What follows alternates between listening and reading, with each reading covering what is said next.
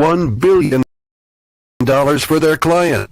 Optimum Tax, they help me, they calm me down, they make me feel comfortable, and I trust them. Louis has a lot to be thankful for.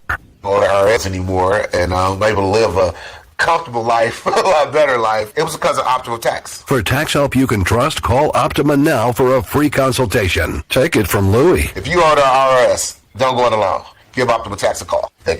Call 800-965-1433. 800-965-1433. 800-965-1433. Optima Tax Relief. Testimonial from an actual client. Some restrictions apply. For complete details, please visit OptimaTaxRelief.com. 93.7 W229BR Bayshore Gardens and AM 930. The Answer. WLS Soda.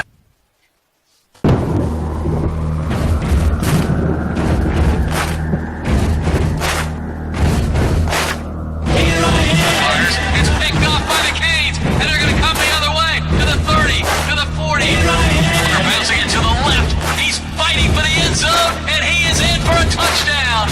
And so it begins. Here I am, rock you like a hurricane. The winning tradition continues. This is Manatee Hurricanes football, exclusively on AM 930. The Answer. Here's Danny Carter. Welcome, everybody, to Joe Kinnan Field at Hawkins Stadium. Tonight, the Manatee Hurricanes open the 2025 season against St. John Bosco Braves, the number 2 team in the country. And, Chad, this should be an exciting matchup between two teams that, honestly, you look at it on paper, kind of outmatched, but let's see what the Hurricanes can do. No, I agree. I think, we always have tried to be not only a statewide program, but a national recognized program. And this is what national programs do, right? In order to be the best, you got to beat the best and play the best, right? So bringing Bosco in, not only for a game of the caliber to be able to see early in the year, how well do you match up against a really good, talented team? But at the same token, this game is a donation game for Tunnel to Towers, to the Manatee County Veterans Village, which I think is going to be a huge thing for our own community. So it's just great to be able to get that going right here in the beginning of the year. Yeah, an exciting weekend of high school football just in the state of Florida. 3 teams from California coming to Florida to play this weekend. We get the number 2 team in the country with St. John Bosco coming here. We'll talk more about that. We'll talk more about the Tunnel of Towers and everything else as we continue on the Shake Pit Countdown to Kickoff. We'll take a timeout. We'll be back with more. The Shake Pit Countdown to Kickoff. There's some listening to Manatee Hurricane Football presented by Conley Buick GMC.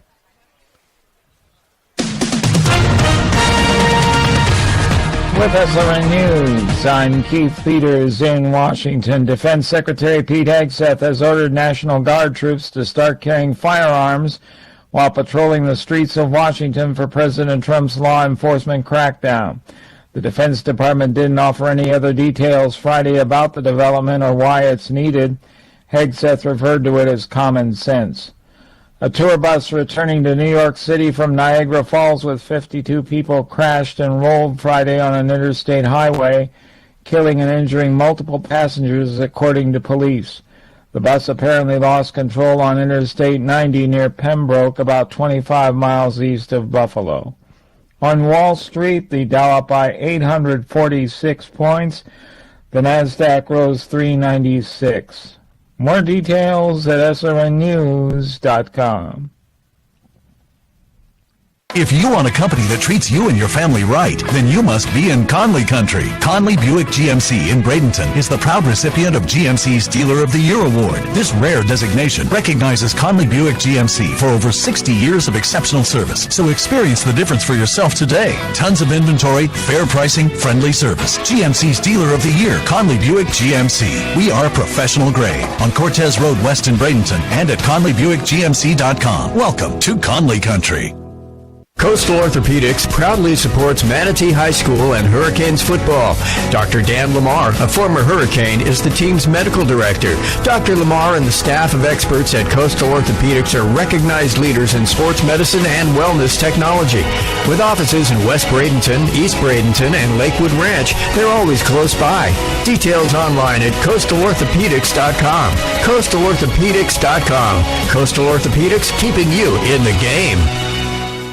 Accidents happen every day, and no one expects that it's going to happen to them until it does. That's when your whole life can turn upside down. If you find yourself in that position, either from a personal injury or an on-the-job injury, you don't have to go it alone. Protect yourself with the team that's been protecting the rights of the injured in Bradenton and Sarasota for over 30 years. Legler, Murphy, and Battaglia. All injuries all the time. Contact them today by going to allinjurieslaw.com. That's allinjurieslaw.com. Want more than just a seat at the conversation? Join us Friday, September 26th for the VIP reception at America Unfiltered, live in Sarasota at Michael's on East. Your chance to meet Larry Elder and Mike Gallagher live. Enjoy hors d'oeuvres, great conversation, and even a photo with both hosts before the main event begins. Space is limited and VIP always sells out. Elder and Gallagher. Reserve your spot now at theanswersarasota.com. America Unfiltered. Real talk. Real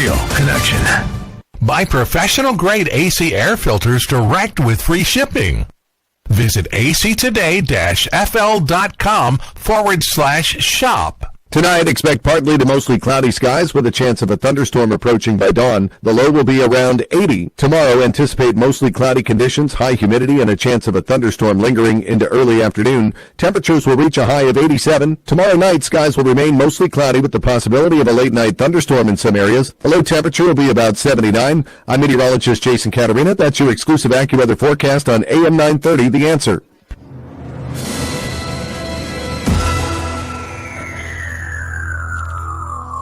Welcome back to the Shake Pit Countdown to Kickoff. Danny Carter along with Chad Choate. And Chad, last week we played a preseason game against Booker.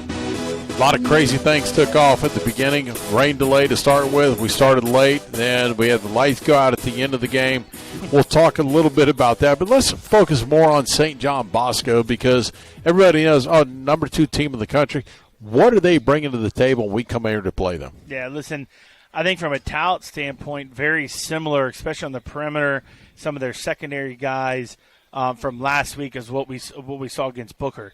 A lot of Division I talent. You talk about Oregon and Oklahoma and Texas A&M, and I mean just a lot of talented USC, a lot of talented guys around the perimeter that I think bodes well for us from last week. Right, last week against Booker, I know it was 0-0. It was a kind of a boring game.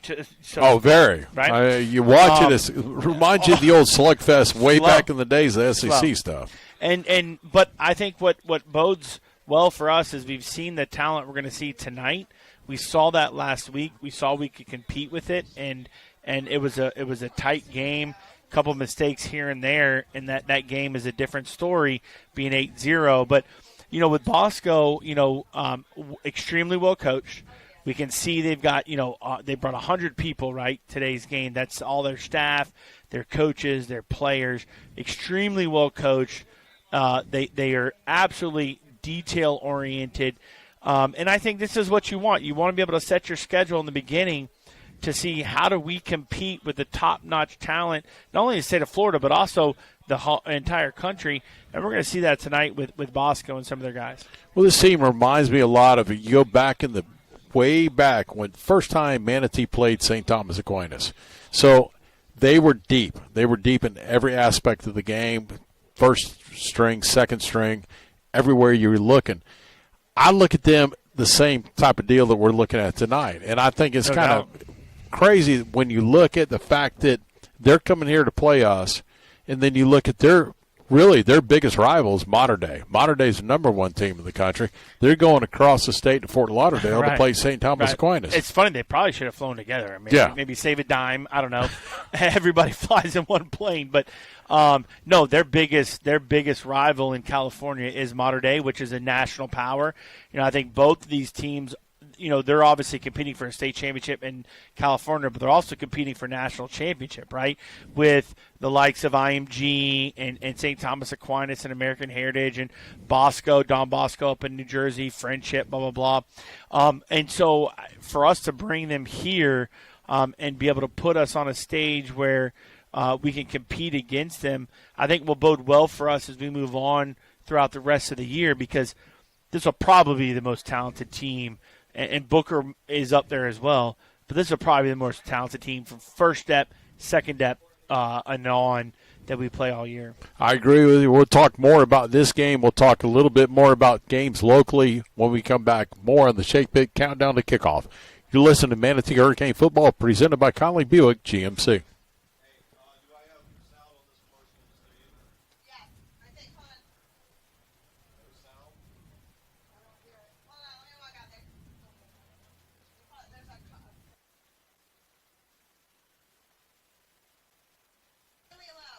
AJ got no return on the break. Celebrate the game of football, Thank but you, when sir. the game of life must end, depend on Brown & Sons Funeral Homes and Crematory to serve you. Online at brownsonsfuneral.com. Manatee Memorial Hospital is available 24/7 with high-quality treatment at our expanded emergency care center. As an accredited chest pain center by the American College of Cardiology and with a comprehensive stroke certification from Healthcare Facilities Accreditation Program, our caring team will be ready when you arrive. Remember, if you experience symptoms of a possible heart attack or stroke, quickly call 911. Visit ManateeMemorial.com for more information.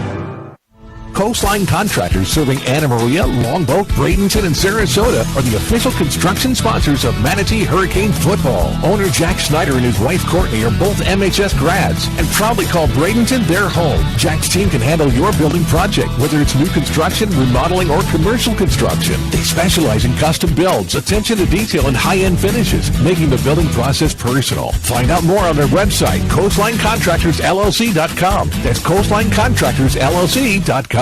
Attention Sarasota Bradenton listeners. My name is Greg Ellie of the Prosperity Group. I'm a former Sarasota Bradenton native with over 30 years in the financial industry, where we focus on showing you how you can create tax-free income. That's right. We will teach you the most efficient ways for you to create tax-free income or a pension-like income. Simply call me at 1-800-440-0434 or go to mymoneyissafe.com. That's 1-800-440-0434.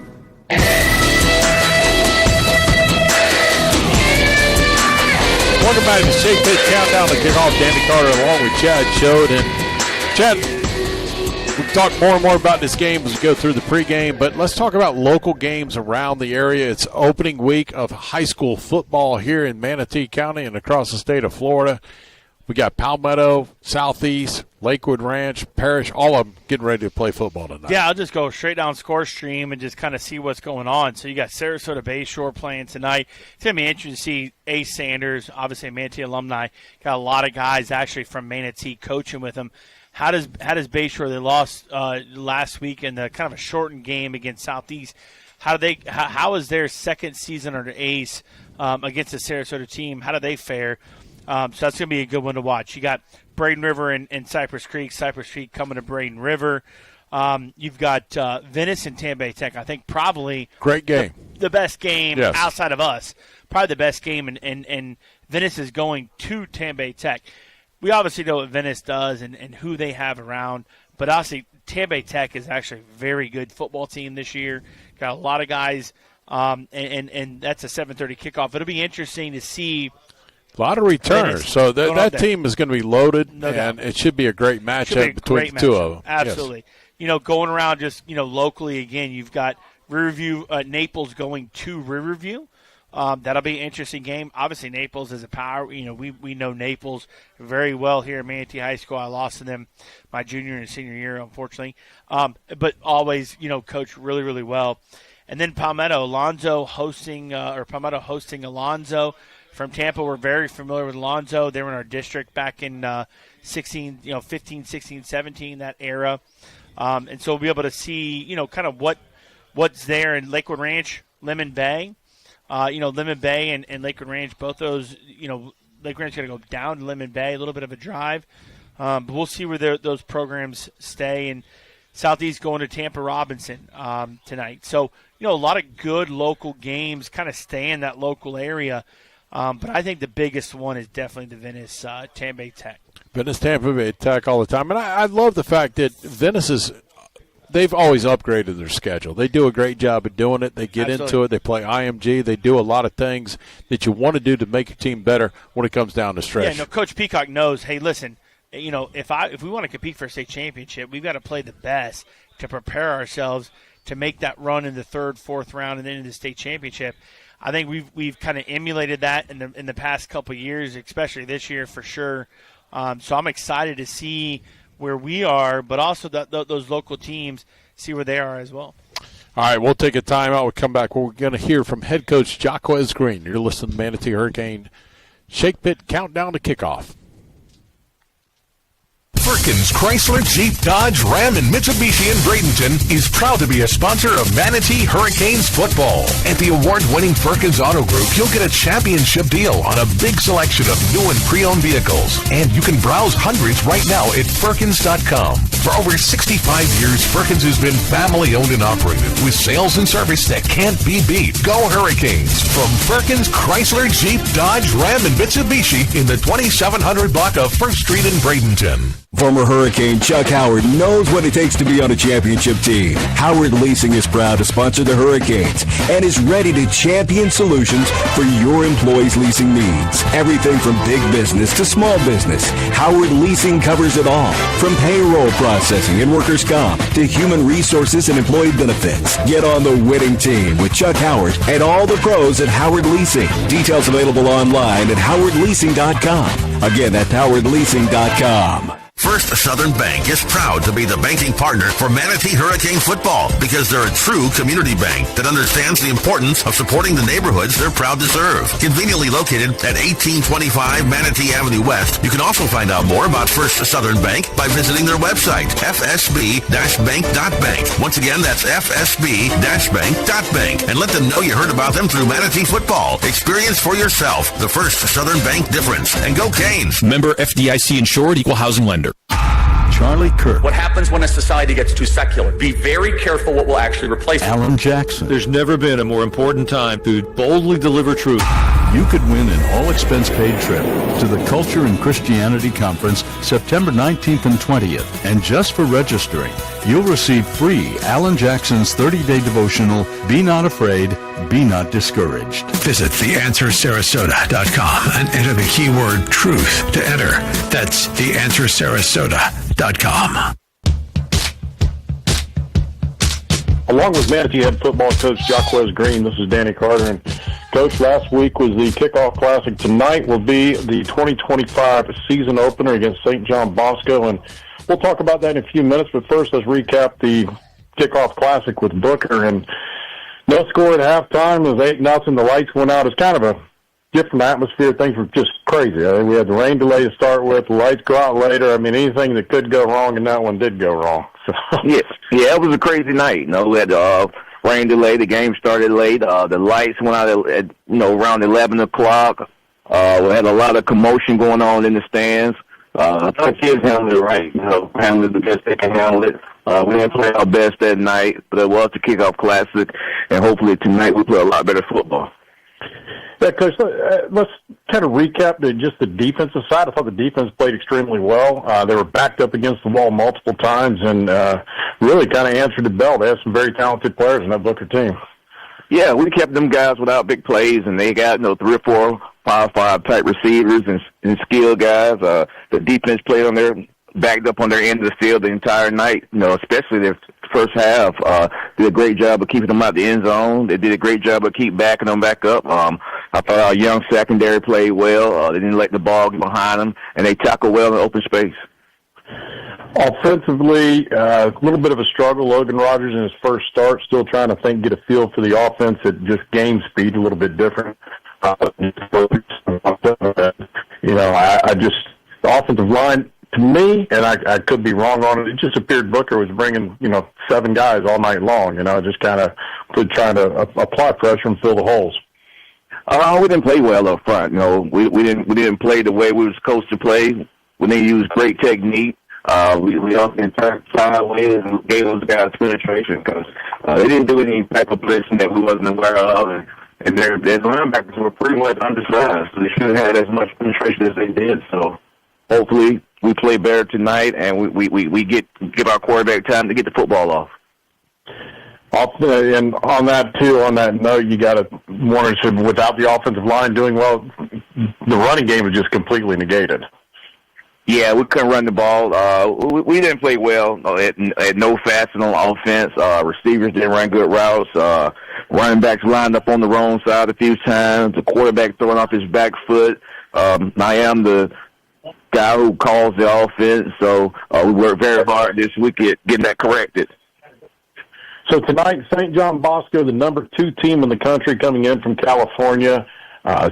Seemingly every year they're in the run to win either a national title, state title. They always run into their number 1 rival out there in Mater Dei, who is the number 1 team in the country. They'll meet later on in the year. But how do you look at this football game? And comparatively, I would assume you're looking at they're similar as far as just national stature as the St. Thomas Aquinas.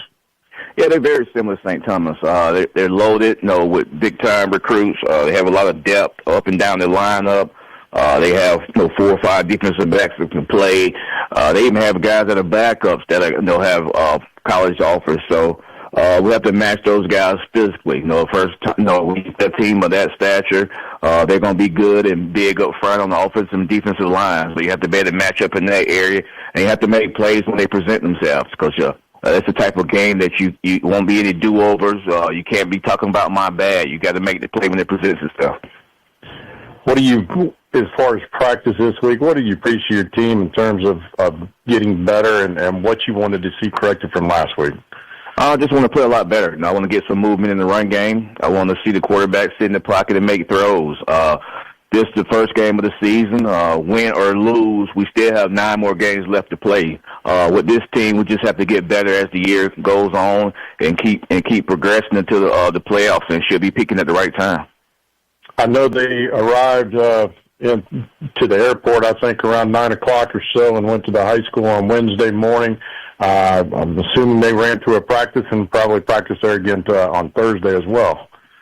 Yeah, they came in on Wednesday, practiced both ways. They probably trying to get acclimated to the time change and also acclimated to the heat because it's been pretty hot and humid for us Floridians. So I know it's real hot and humid to guys coming in from California.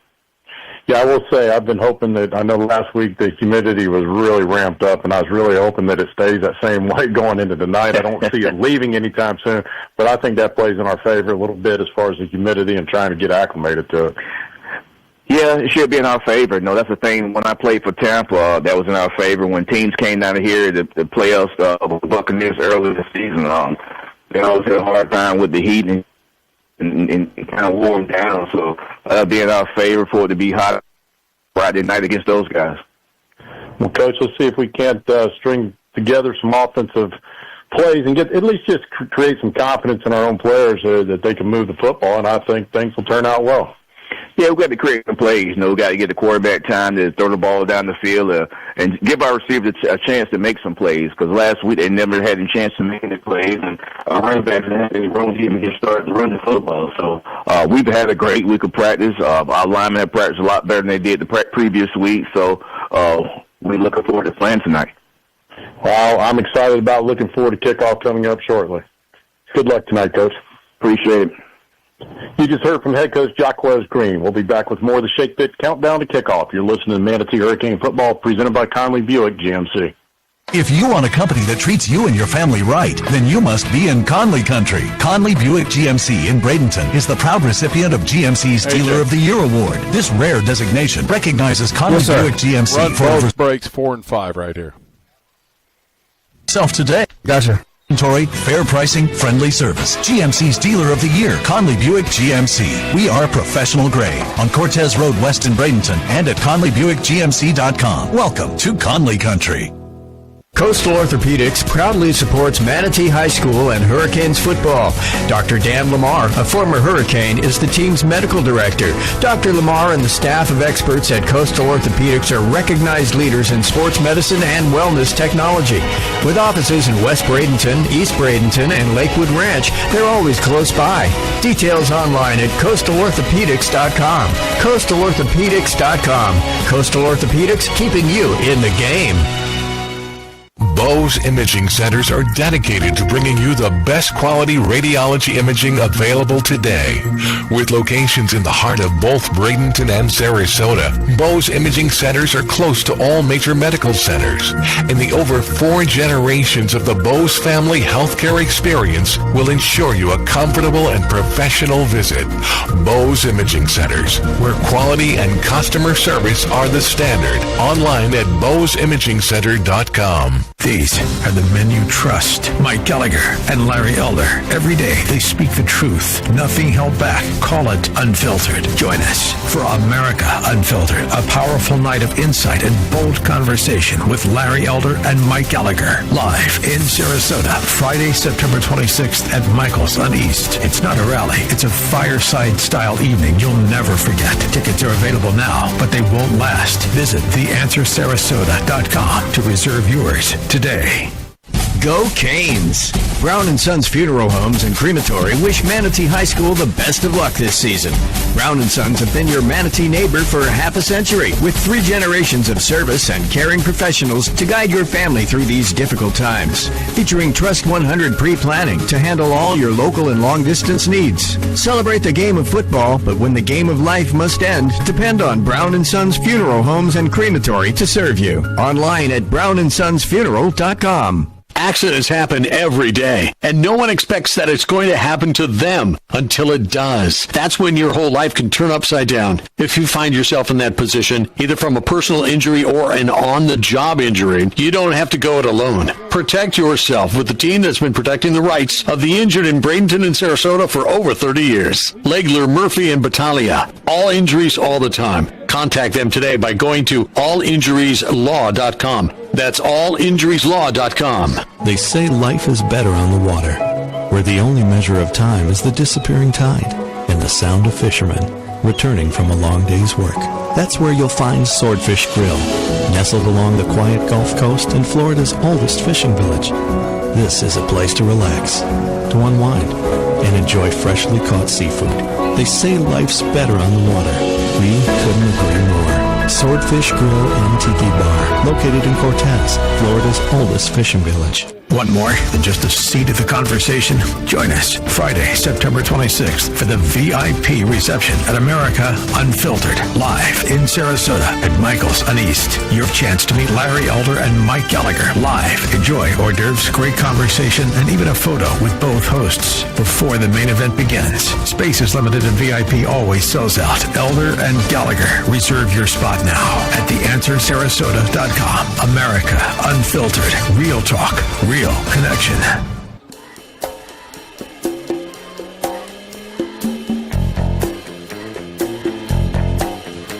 Welcome back to Joe Kinnan Field, Hawkins Stadium. Danny Carter along with Chad Choate.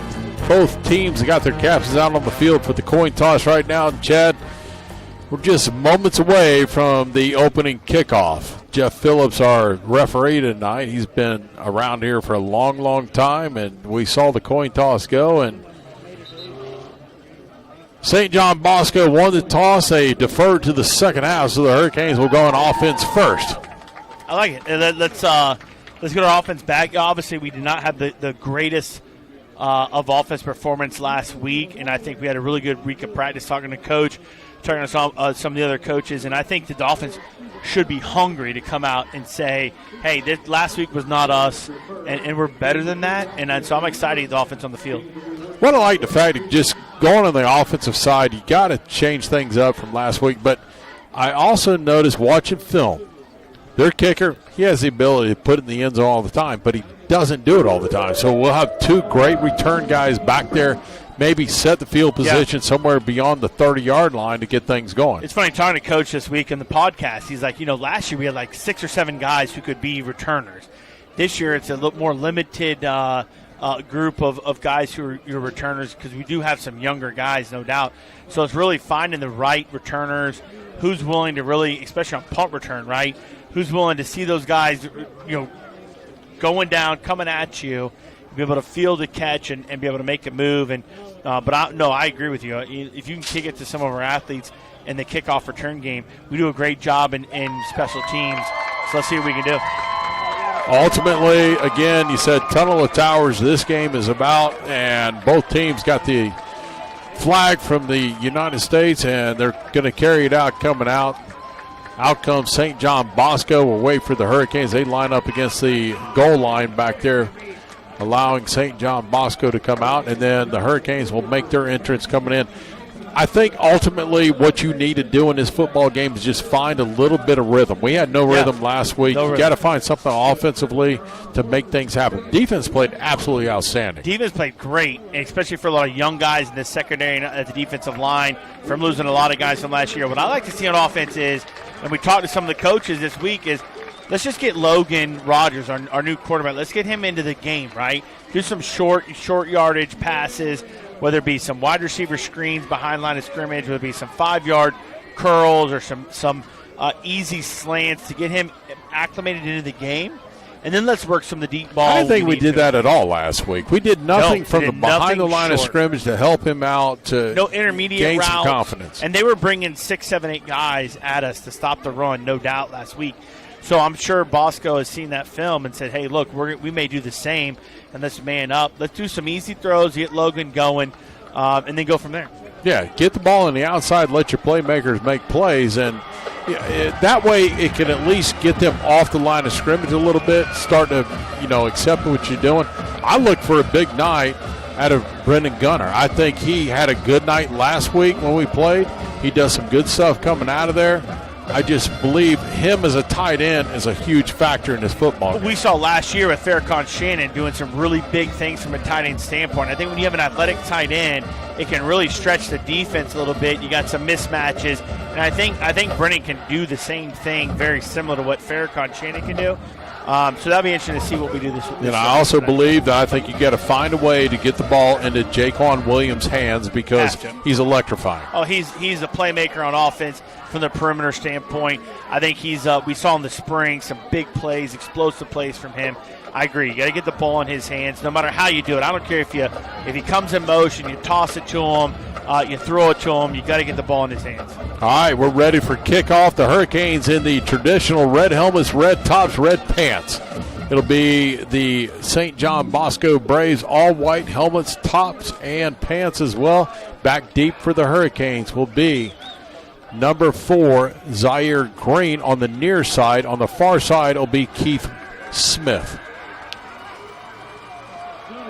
See if we can get the ball and move it across. And we're waiting an exciting 2025 season, a great schedule for the Hurricanes this year. Here we go. We're underway. Right foot into it, and it's banged back. It'll be taken by Keith Smith. Skips by him. Had a chance to play it. It just skips by. The Canes will take over 1st and 10 at their own 20-yard line. Yeah, Bosco coming out a little bit of like a Penn State-esque, right, look. But, hey, we're coming in our traditional red on red, which I love, no doubt. So, hey, we get the ball here on the 20. Let's see what we can do offensively. Canes 1st and 10 at their own 20. Let's set this offensive line left to right. It'll be Derek Morgan, Eddie Clark, Cooper Colby normally at center. I'm not sure he's starting at center tonight. It'll be actually Rowan Benford at center and Peleossi Masali and Kenny Pevinger. Keith Smith offset to the right of Logan Rogers, the quarterback for the Hurricanes. Handoff to Keith off the right side and doesn't get back to the line of scrimmage. It'll be a loss of 1 on the play. Yeah, some pressure off the edge here. I thought he probably could have kept it a little bit inside of where that pressure was coming from. Just make that jab step with your right hand, right leg, and come back inside of that tackler. Get back to the line of scrimmage there. But good job from the Braves. 2nd down and 11 for the Hurricanes. Again, Keith will be offset to the right of Logan Rogers. 2 receivers to his left. Rogers takes it, throws it out in the flat, in and out of the hands. We got a flag thrown.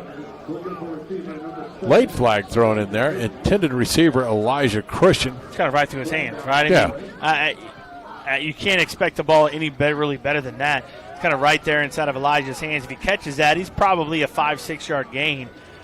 We'll see what the flag is. They threw ineligible man downfield. They declined it, so it'll bring up a 3rd and long, 3rd and 11.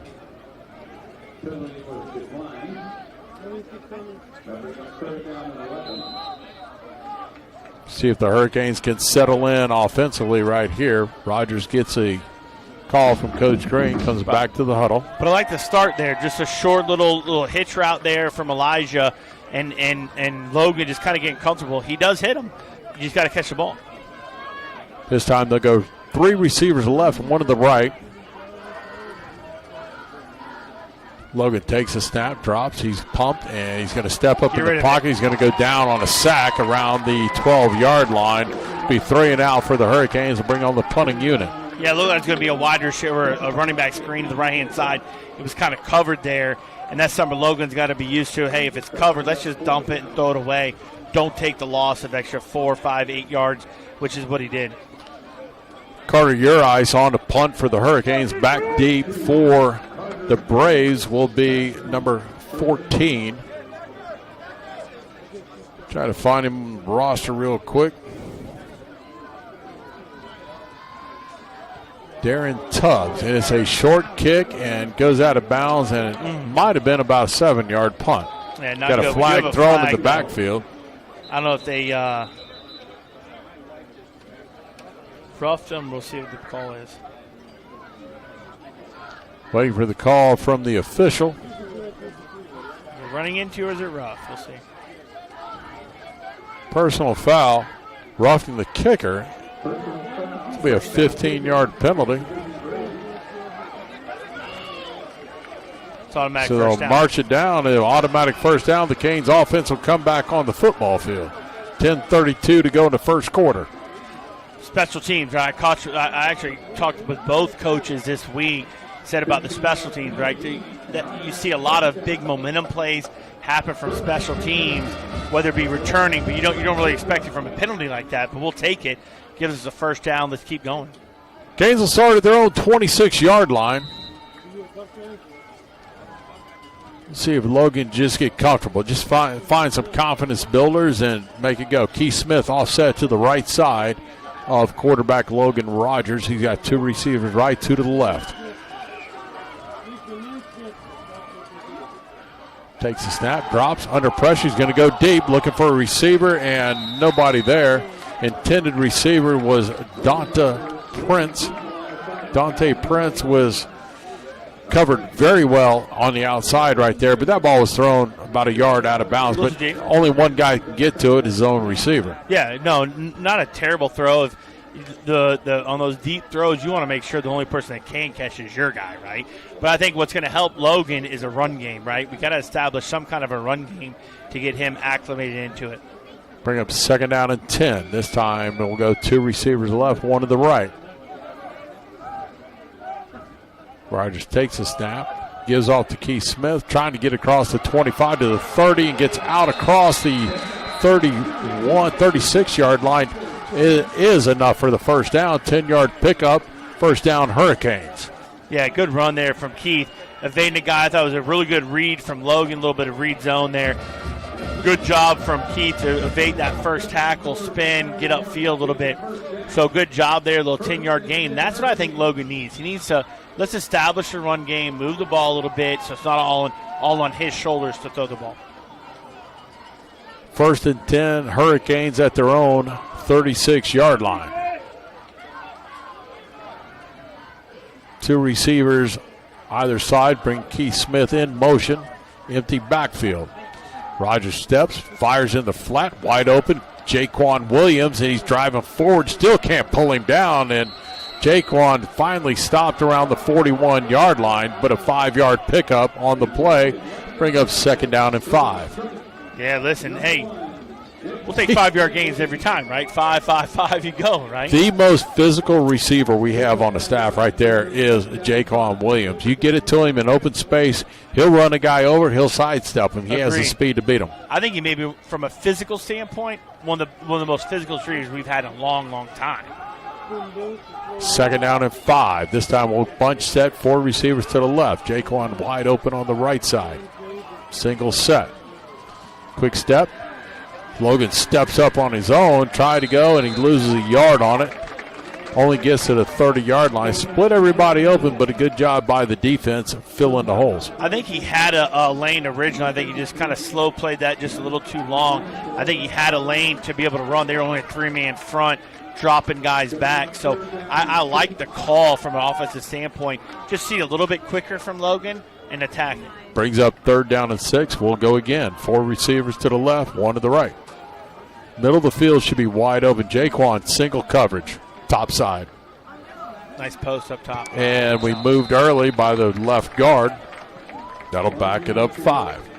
Yeah, no, but I like your call there. Single coverage over top with Jaquan. Let's run our post right out the middle. No safety over top. No safety. Quads down here. I like the call if that potentially were to be the case. Reminds me a lot. Again, I mentioned earlier in pregame, this is like St. Thomas. So they leave the middle of the field open a lot of times. Well, they're gonna play man a lot, correct, and because they believe their athletes are better than ours, right? So we got to be able to challenge that.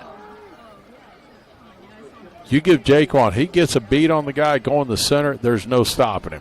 And they've got great corners from Josh Holland, number 2, Deshaun Schaefer, number 4. Great corners, real good physical corners. Obviously, safety over top, Wally Avi, that is phenomenal, 5-star safety. So we'll see what we can do. Canes break the huddle, 2 right, 2 left. Keyshawn comes in motion to the left.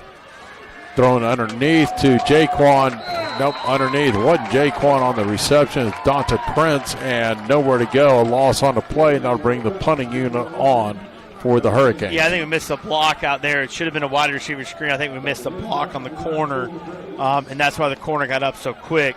I don't mind the play, especially on short side. Had a lot of defense on this side. Darren Tubbs back deep for the Braves, and Carter Urias will hang it high. And it's angling towards the sidelines and kicks, and the Hurricanes will down and around the 40-yard line of the Braves. So St. John Bosco will start 1st and 10 at their own 40-yard line. We'll keep things right here. Really I think that's a first down right there in our obviously second series after the penalty. Not a bad really look to get things going. I think we got to continue the run game. Absolutely. We'll see what the defense, obviously defense, a bright start last week. See what we do here. Koa Meolulu, the quarterback for St. John Bosco. Offset to his right is Ashton Keys, the starting running back. He'll go 3 receivers to his right. Hands off to Keys up the middle. Keys got a little bit of running room. He'll pick up 7, maybe 8. We'll give him 8 yards on the carry. Bring up second and 2. Yeah, very young. Koa Mala'ulu was their starting quarterback last year for most of the year. Freshman, now a sophomore. Extremely talented. They got a lot of talented guys from the edge to their running back, 1,000 yards and Keys. So we'll see if the defense can come up big tonight. Second down and 2. Mala'ulu drops, fires in the flat. He's got a receiver open and finally drugged down around the 41-yard line, enough for a first down, an 11-yard pickup. On the stop was Jared Sanders.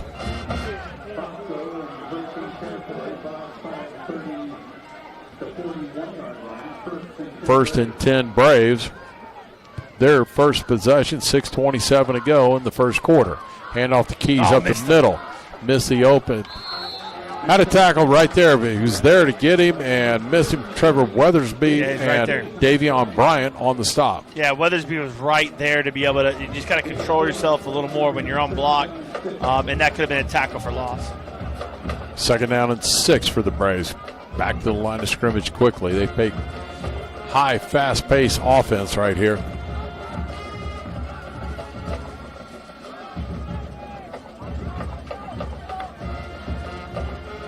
This time Malou keeps it, throws it out in the flat. It's reached by the receiver. He's going to turn, get out of the first tackle across the 30, and then finally drugged down inside the 25 around the 23-yard line. Darren Tubbs, the receiver. Yeah, a little orbit motion there from Tubbs. Then he comes out to the left side, and they do a little play action inside run, throw him out there in the flat. And we got to be able to get there on the perimeter to make those tackles. Stoppage of play on the field for a water break. We'll take a 30-second timeout. You're listening to Manatee Hurricane Football presented by Conley Buick GMC. Manatee Memorial Hospital is available 24/7 with high-quality treatment at our expanded emergency care center. As an accredited chest pain center by the American College of Cardiology and with a comprehensive stroke certification from Healthcare Facilities Accreditation Program, our caring team will be ready when you arrive. Remember, if you experience symptoms of a possible heart attack or stroke, quickly call 911. Visit ManateeMemorial.com for more information. AM 930, The Answer. First down and 10 for the Braves. No score, 5:37 to go here in the first quarter of play. This will be the Braves' opening drive of the game.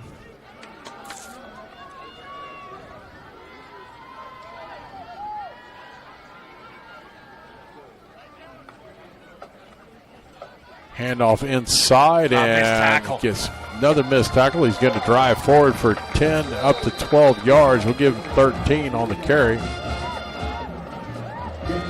Malik Allen on the carry, and that sets him up first and 10 at the 11-yard line. Knocking on the door to score. Storr missed tackle there in the backfield. No, that's 2 missed tackles in the backfield on this drive.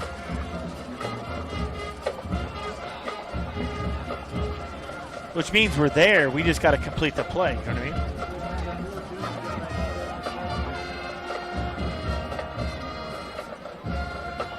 Malik Allen in the backfield, offset to the left of K.O. Malalulu. Takes a snap, drops, fires towards the end zone, and it's going to be short of the end zone. It's around the 5. Nice catch by number 26, Jaden Taylor. Sets up second down and 4. Yeah, kind of back shoulder there. Good catch, actually, by Jaden Taylor. For Mala'ulu, and now we're in the red zone, right? Backs against the wall. See what the defense can do. Corey Hinton in a quarterback or a running back now directly behind Mala'ulu. 2 receivers to his left, 1 to the right. Fakes a handoff, throws to the middle, and caught touchdown. That'll put him up 6-0. Maiden Williams on the touchdown. Well-designed play. I mean, yeah, just crisscrossed us on the defensive end there. And Matt Williams, he's going to Texas A&M, by the way. Great receiver. And just wide open throw for Mala'ulu. But, I think defensively, we're going to want that back, right? A little bit of a mix-up there. Who's going to take who when one goes out and one goes in. A little bit of a missed coverage there for the defense. C.J. Wallace on for the point-after attempt. Good snap, good hold. The kick is up, and the kick is good. It's 7-0. Bosco leading with 3:52 to go here in the first quarter. We'll take a 30-second timeout. You're listening to Manatee Hurricane Football, presented by Conley Buick GMC. Coastline Contractors serving Anna Maria, Longboat, Bradenton, and Sarasota are the official construction sponsors of Manatee Hurricane Football. Owner Jack Snyder and his wife Courtney are both MHS grads and proudly call Bradenton their home. Jack's team can handle your building project, whether it's new construction, remodeling, or commercial construction. They specialize in custom builds, attention to detail, and high-end finishes, making the building process personal. Find out more on their website, coastlinecontractorsllc.com. That's coastlinecontractorsllc.com. AM 930, The Answer. Welcome back, Joe Kinnan Field, Hawkins Stadium. 3:52 to go in the first quarter. St. John Bosco with a pretty decent drive going down around 60 yards to punch it in, leading 7-0. Yeah, I think some of the things you can take away defensively from that drive is had a couple chances for some tackle for losses that we just didn't complete. So you want to be able to make sure you get those moving forward. C.J. Wallace on to kick it off, and he'll bang it back deep, and it's going to sail into the end zone and bring the Hurricanes out to the 20-yard line, start 1st and 10. It's going to be our third offensive series here to start the game, and I think the biggest thing is, to get a quarterback comfortable, we got to establish the run. That's something that we've got to be able to do, especially obviously against a team like Bosco that has athletes on the perimeter to be able to play man-to-man and force you to really run the ball. We got to establish the run game. Hurricanes break the huddle. They go 2 receivers right, 1 to the left. Keith Smith still in the backfield off the right side of Logan Rogers, the Hurricanes quarterback. Rogers takes a snap, drops, looks. He's going to fire deep, trying to get down the field, and a lot of hand touching right there. Incomplete. Intended receiver was Elijah Christian. Yeah. I think we're going to try to challenge a little bit, maybe that opens up the run game potentially. But, I would like to see some intermediate stuff, some stuff over the middle, some more shorter stuff just to get Logan more comfortable in what he's doing. I think, we'll see how it plays out. But I honestly believe that the ability to expose the middle of the football field is always there. So see if they try to get there at some point in time. Canes break the huddle, 2nd down and 10. Keith Smith offset to the left side of Logan Rogers. This time he drops, steps up in the pocket under pressure, and he's going to slide down around the 20-yard line. Actually going to put him at the 19, a loss of 1. It's going to bring him 3rd down and 11. Yeah, I don't know if he slid there before the 20, but they'll give it to him. 3rd and 11, 3:25 to go first quarter. Manatee trailing 7-0.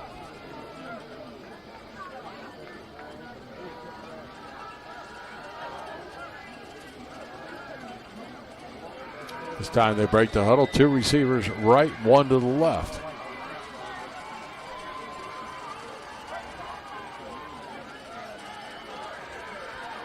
Logan takes a snap, drops, looking, fires out to the right side, incomplete. Trying to get it to Jaquan Williams, but throwing the wrong side of him. That'll bring up another punting situation for the Hurricanes. Yeah, he threw him the inside. Should have been maybe thrown to the outside. Obviously, with the safety inside there, just a miss throw there from Logan. I don't really know how well open Jaquan was. He was covered pretty good. Yeah. I think throwing the outside towards the sideline would have been the way to go. Carter Urice on to punt. Darren Tubbs back to receive.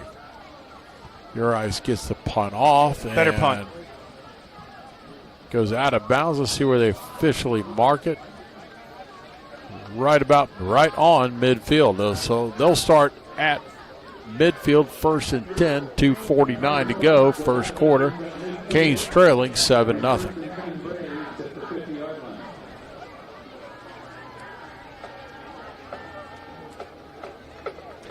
I think what's coming important here for the defense is let's make the plays when they're presented to us. And I thought, like I said before, I thought we had a couple tackle for losses that we missed, those opportunities. And if we can capitalize on those opportunities and make them go more 2nd long and 3rd and long, it'll be good for us. 1st and 10. St. John Bosco leading 7-0. 2:49 to go in the first quarter. Corey Hinton offset to the left of the quarterback. He drops back, looking.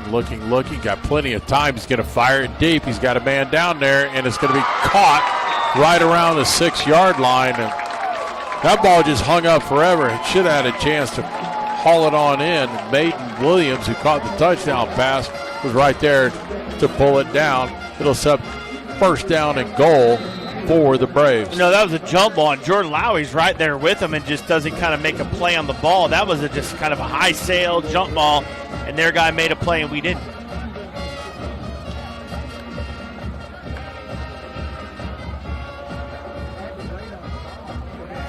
Lalu looks back to the sidelines to get the call. He'll have 3 receivers right, 1 to the left.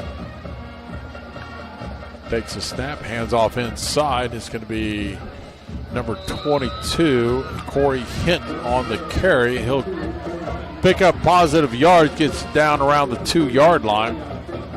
Second down and goal.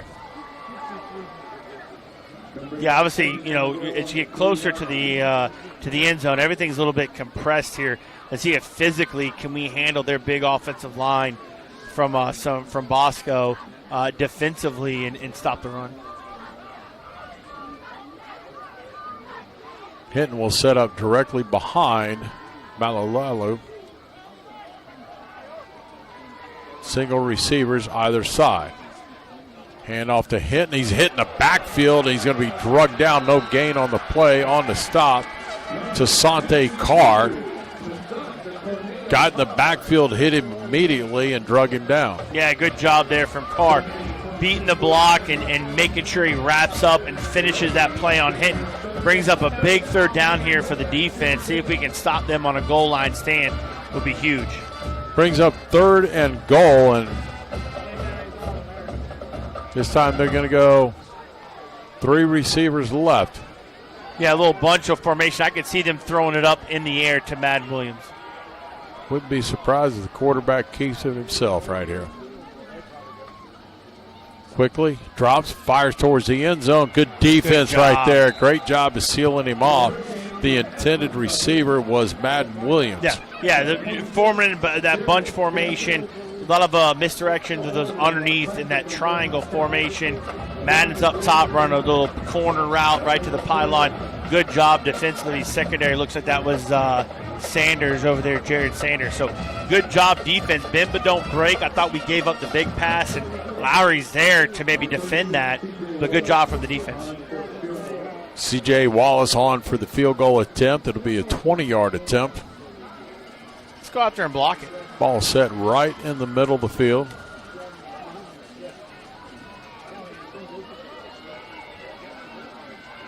Snap, the hold is up, and the kick is good. That'll make it 10-0. We'll take a 30-second timeout with 38 seconds to go here in the first quarter. You're to listen to Manatee Hurricane Football presented by Conley Buick GMC. Perkins Chrysler, Jeep, Dodge, Ram, and Mitsubishi in Bradenton is proud to be a sponsor of Manatee Hurricanes football. At the award-winning Perkins Auto Group, you'll get a championship deal on a big selection of new and pre-owned vehicles. And you can browse hundreds right now at Perkins.com. For over 65 years, Perkins has been family-owned and operated with sales and service that can't be beat. Go Hurricanes! From Perkins Chrysler, Jeep, Dodge, Ram, and Mitsubishi in the 2700 block of 1st Street in Bradenton.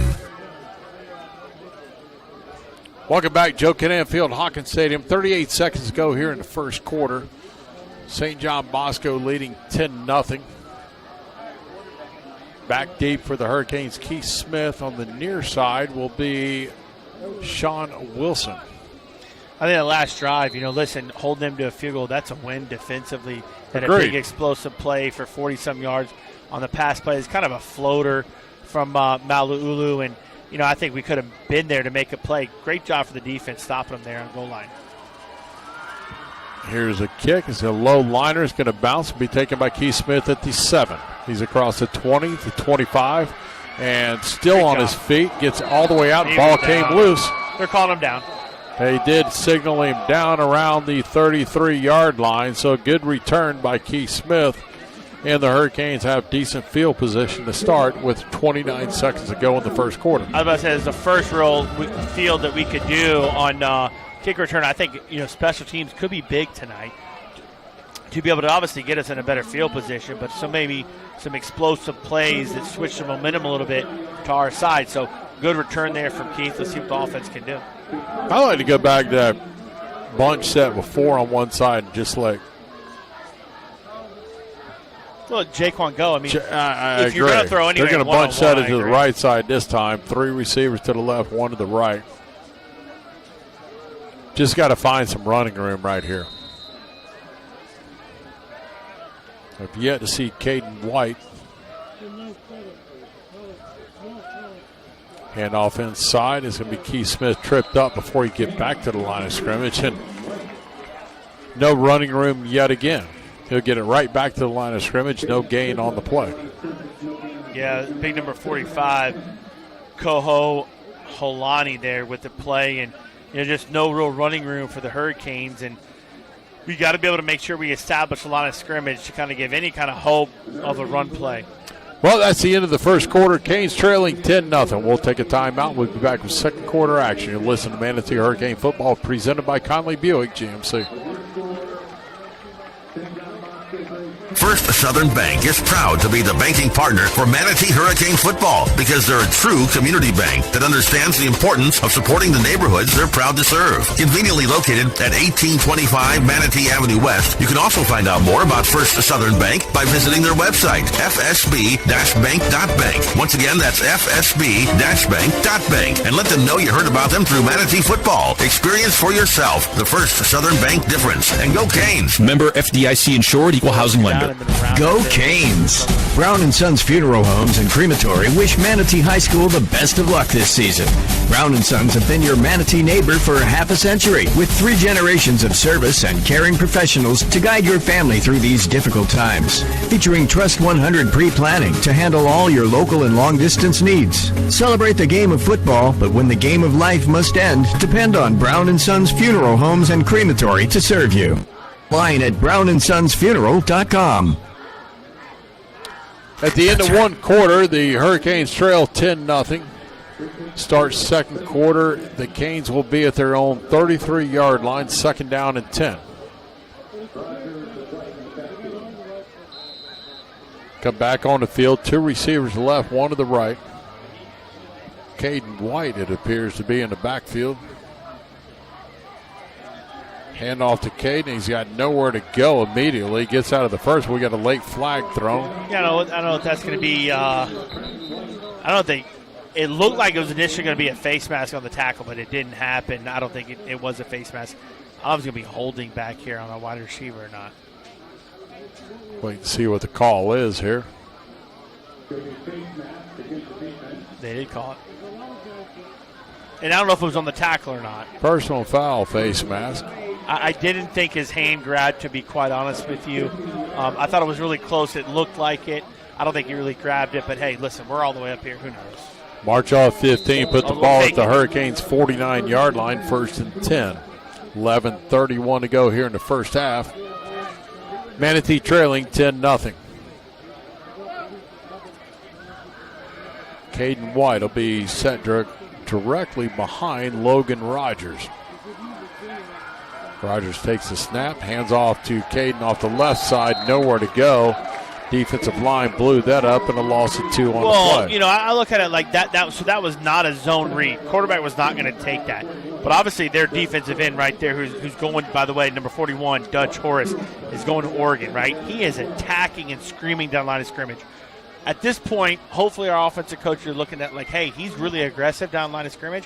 Let's pull that ball and make him think about our quarterback running the ball. I think that's something we got to start putting into the playbook here as we move forward. Second down and 12. Hurricanes going left to right.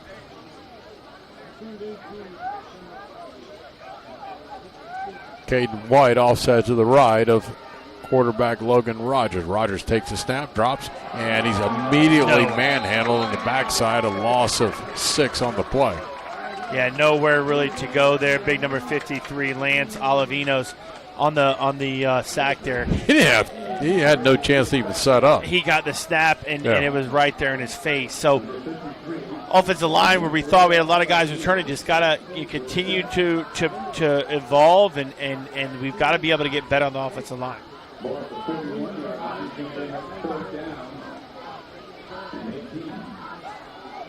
Brings up a 3rd and 18.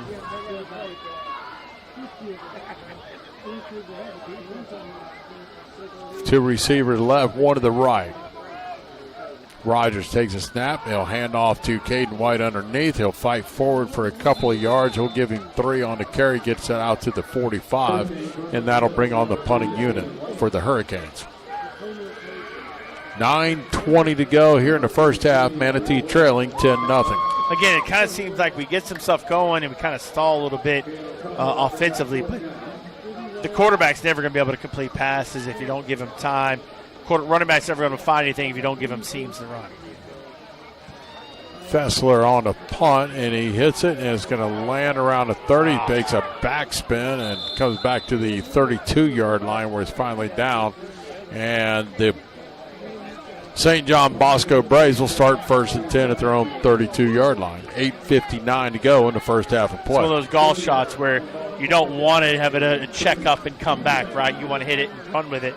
But listen, brings up our defense again, and our defense did a good job of, other than explosive play, good job stopping them on that goal line stand. See, the defense can now stop in this first 1, 2, 3 downs here and get the ball back to our offense.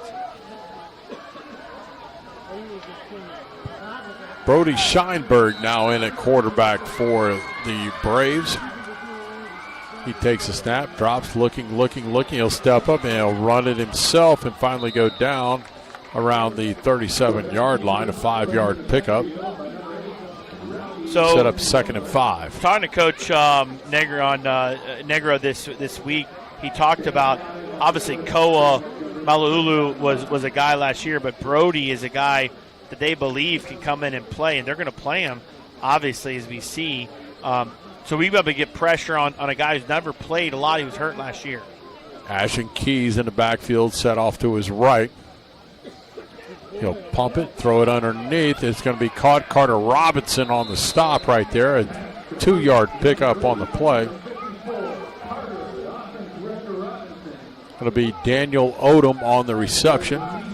Brings up a 3rd down and 3. Yeah, little underneath screen. Good job defensively there. I think it was Carter Robinson on the tackle, you said. Good job there, only a couple yards gain. Let's see if the defense can hold him here on a big 3rd and 3. St. John Bosco, 3 receivers right, 1 to the left. Ashton Keys in the backfield. This time they'll throw it out. Easy first down. He's got it caught, and he'll drive it out close to midfield. It's going to be Daniel Odom again. Get it out to the 49-yard line, just shy of midfield, a 13-yard pickup. Yeah, just nice little easy pitch and catch. I thought we were a little bit too deep on him. Obviously, we're bringing pressure, so we're going to be a little bit off defensively from the defensive back standpoint. Quickly back to the line of scrimmage are the Braves. They'll fire across the middle. It's going to be caught by Odom. He's going to have running room all the way. It'll be a 51-yard touchdown, and the Braves extend the lead 16-0, 7:30 to go in the first half of football. Ronan Dangler was about 2 or 3 inches from having his hand on that ball.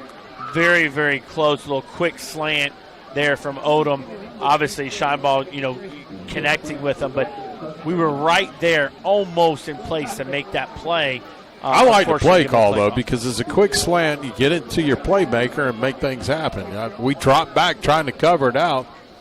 Just didn't spread far enough out to get there to knock it down.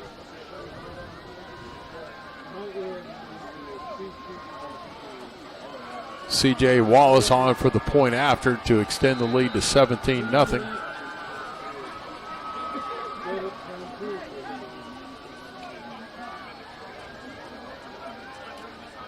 Good snap, good hold. The kick is up, and it is good. 17-0. St. John Bosco, 7:30 to go here in the first half of play. We'll take a 30-second timeout.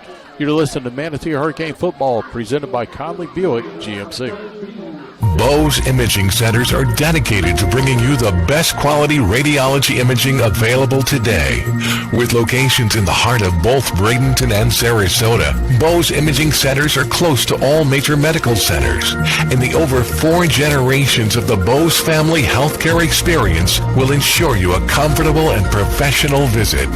Bose Imaging Centers, where quality and customer service are the standard. Online at boseimagingcenter.com. AM 930, The Answer. Back here at Joe Kinnan Field, Hawkins Stadium, St. John Bosco leading 17-0, 7:30 to go here in the first half of play. Big 51-yard scoring strike by the Braves and put them up ahead 17-0. And see if the Canes can get a return right here. Back deep will be, let's see, number 14 across the far side, Sean Wilson, and Keith Smith to the near side. Keith, excuse me. I'm used to Keith saying his older brother Keyshawn from last year. Good foot put into it. It's going to drive it deep into the end zone. That'll bring the ball out to the 20-yard line. First and 10 for the Hurricanes. That was almost on 30th Ave right there. Yeah. It's kind of weird. I watched him in the preseason thing. He'll bang one good and then he like knuckleballs one down. Yeah, well, even the last one we saw, right? Yeah. Keith got it and was able to return a decent return there. And all of a sudden he drives that one back, almost hits the video board. So, listen, offensively, though, we've got to be able to establish a run. We haven't yet. And we really haven't gotten Logan comfortable in passing the ball. First and 10, Hurricanes at their own 20-yard line. 7:30 to go in the first half. Caden White will be in the backfield, offset to the right of Logan Rogers. He'll have two receivers left to the right. Since Caden White motion to the left, empty backfield. He steps up in the pocket and gets taken down, a loss of 4 on the play. Yeah, Josiah Poyer there, number 10, one of their leading tacklers, coming back and just blitzing right there in the middle. He saw it was a pass, so he just went after it after Caden went in motion. So, again, they're bringing 5 guys to our 5. We'd be able to match that on offensive line. I think did a pretty decent job, but I think it almost looked like they stunned it coming off and coming around. We just didn't pick it up. Right. Second down and 14 for the Hurricanes.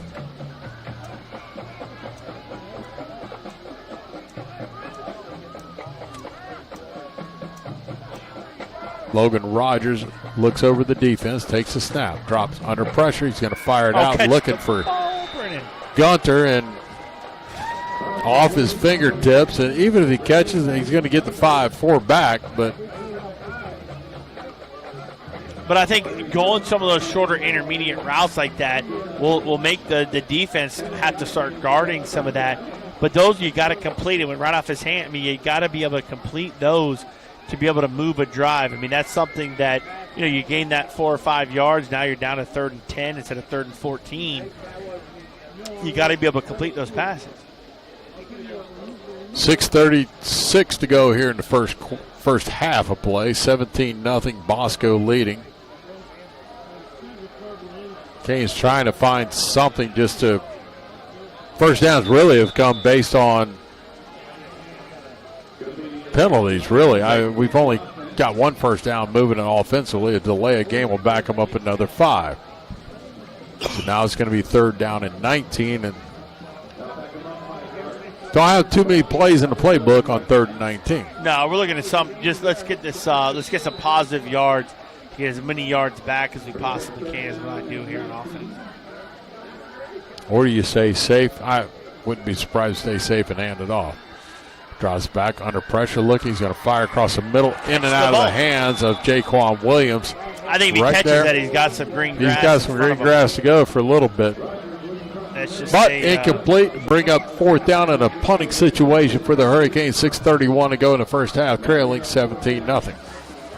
I think that's 3 balls tonight that were in our hands we should have caught. And those types of little things, you got to be able to complete against a great team like Oscar. Cade Fessler stands in his own end zone. He'll kick it away. It's going to be a low end-over-end kick, and it's their own guy way back. I don't know where they're actually going to mark this at. He threw a bag. I was going to say, it was around the 40-yard line where it actually hit him. Sadly enough, they did run in the Cohen kicker. Croft beat the ball down the field. Yeah, they threw a flag running the kicker, but it wasn't a personal, but they didn't run into him. So back them up 5 from there. They actually spot the ball at the 45 of the Hurricanes. They'll sort things out. We'll find out what's going to happen here in a minute. So they're either going to leave it there, Chad, or they're going to move it back 5 more yards. Well, I think the biggest thing tonight, as I'm watching the game unfold, it's little things, right? It's making sure we catch the ball on certain things, especially from a defensive standpoint. The jump ball that led him to a field goal at the end, almost making the play from Dangler. Now it looks like it's going to be a personal. I was running into No, the we're going to kicker. punt it again. they're going to bring us back. I was going to say, re-kick, yeah. But I think it's the little things that you can't miss those catches, the jump ball pass. You know, Dangler was so close to having that deflection on the 51-yarder. You can't miss those little things against a great team like Bosco and expect to compete. So I think we got to be able to close that gap. Fessler on to punt again. This time he gets it away. A much better punt. It's going to be taken by Williams at the 47. Blocking him back. Should have been, and they didn't call it. And finally run out of bounds. He threw the beam back. I thought he was throwing a flag over there, and there's a flag on the far side. So that's going to be on. Obviously, they're in a better field position regardless. That's on us. Correct. Even more. Ran out of bounds around the 32-yard line. Wait and see what the official call is. Darren Tubbs on the return there for Bosco Braves.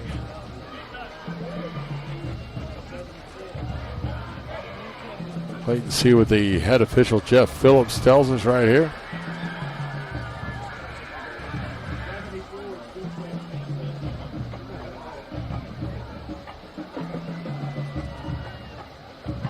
Actually going against St. John Bosco, so they'll push it back to the 47-yard line. That's where St. John Bosco will start, 1st and 10. I didn't see the call that was actually made on that.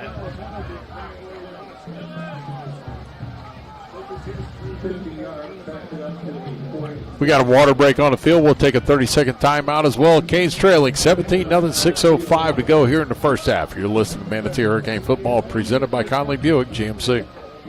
If you want a company that treats you and your family right, then you must be in Conley country. Conley Buick GMC in Bradenton is the proud recipient of GMC's Dealer of the Year award. This rare designation recognizes Conley Buick GMC for over 60 years of exceptional service. So experience the difference for yourself today. Tons of inventory, fair pricing, friendly service. GMC's Dealer of the Year, Conley Buick GMC. We are professional grade on Cortez Road West in Bradenton and at ConleyBuickGMC.com. Welcome to Conley country.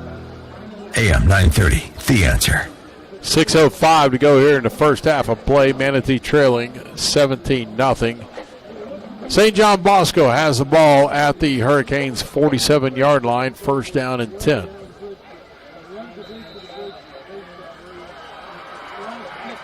K.O.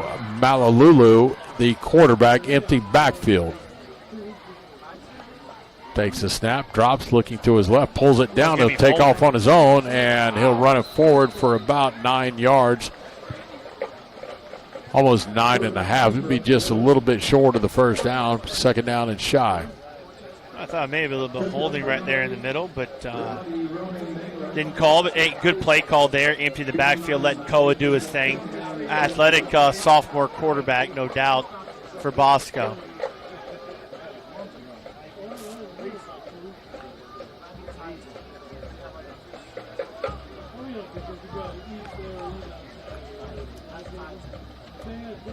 Empty backfield again. Now he'll bring his back, Malik Allen, offset to his right. Drives back, looking, fires down the field, going for the home run, and incomplete, intended for Malik Allen out of the backfield. Really good play call there. Yes. Malik Allen was the wide receiver, motions back into running it. We call that like a B route, so when the running back goes, a lot of B angle. That was just a B vertical. So that running back just came out, went straight down the seam. Actually, really good design play there. And you have a running or linebacker run with the running back there. Good job. Brings up a 3rd and short. See if the Hurricane defense come up big here. 3rd and short. Malik Allen offset to the left of Malalulu. On the third down of the game. Handoff, and he's got the 1st down and more across the 25 to the 20, inside the 20, around the 17-yard line is where he's drugged down. A 22-yard pickup and a 1st down for the Braves. Yeah, Braves has only the third down of the game. 2 for 3 now on 3rd down. Big run there for Malik Allen. You know, I thought that we had at the point of attack, Dangler was there and just had an offensive lineman right in his face, cooking off the block there. So big third down pickup for the Braves. 1st and 10 Braves at the Hurricanes 17-yard line.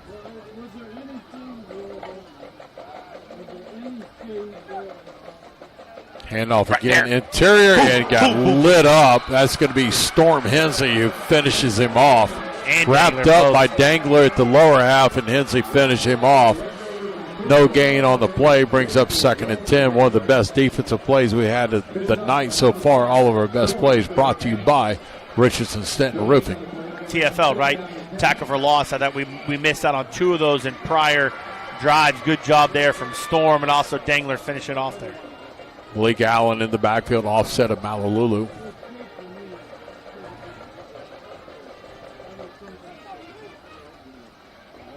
Hands off again to Hinton. He's got running room. He's going to pick up about 8 yards, maybe 9. Let's see where they officially set. I think he's going to get 10 yards. Jordan Lowry is going to be the stop.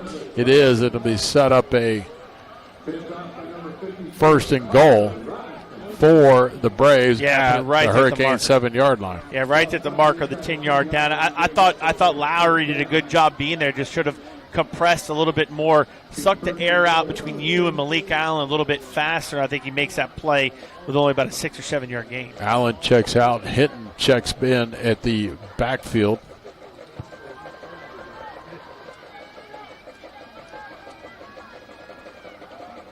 Handoff inside. Nope, fakes a handoff. Good throw across the middle. It's going to be hit right on the little seam. Little skinny post to Darren Tubbs. Touchdown for the Braves, and that'll extend the lead to 23-0. 3:17 to go here in the first half. Actually, really good little RPO there, faking it. Even got you a little bit. Got there. me. I thought he handed it off to him. And just not the coverage should have been a little inside leverage there. We're so close to the goal line. The only place you don't want to be on the goal line is inside, right? So young corners, make sure you're inside press so you don't let that slant go right by your face. C.J. Wallace on for the point after. Good snap, good hold. The kick is up. It is good. That'll make it 24-0. 3:17 to go here in the first half. We'll take a 30-second timeout. You're listening to Manatee Hurricane Football presented by Conley Buick GMC. Go Canes! Brown & Sons Funeral Homes and Crematory wish Manatee High School the best of luck this season.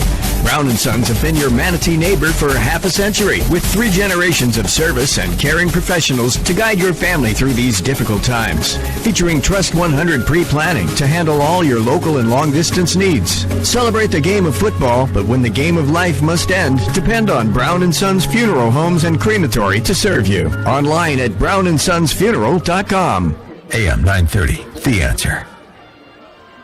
Back here at Joe Kinnan Field, Hawkins Stadium, 3:17 to go in the first half. 24-0 is the score. St. John Bosco, the number 2 team in the country. They're just kind of having their way with us offensively and defensively so far. I'd love to see us just put something together on the offensive side. Yes. Create a couple of first downs, kind of roll a little bit. We're hanging in there for a little bit, and things are slowly starting to peel away. I don't think anybody thought anything different. I mean, I know I did. High kick is going to be soaring back into the end zone. Touchback. Going to bring the ball out to the 20-yard line. 1st and 10 for the Hurricanes. Well, I'll say this. I know the score is not indicative of, I think, how close we are defensively to making this a less of a score than what it is. Offensively, we're not doing anything to help ourselves. But I think defensively, we are very close.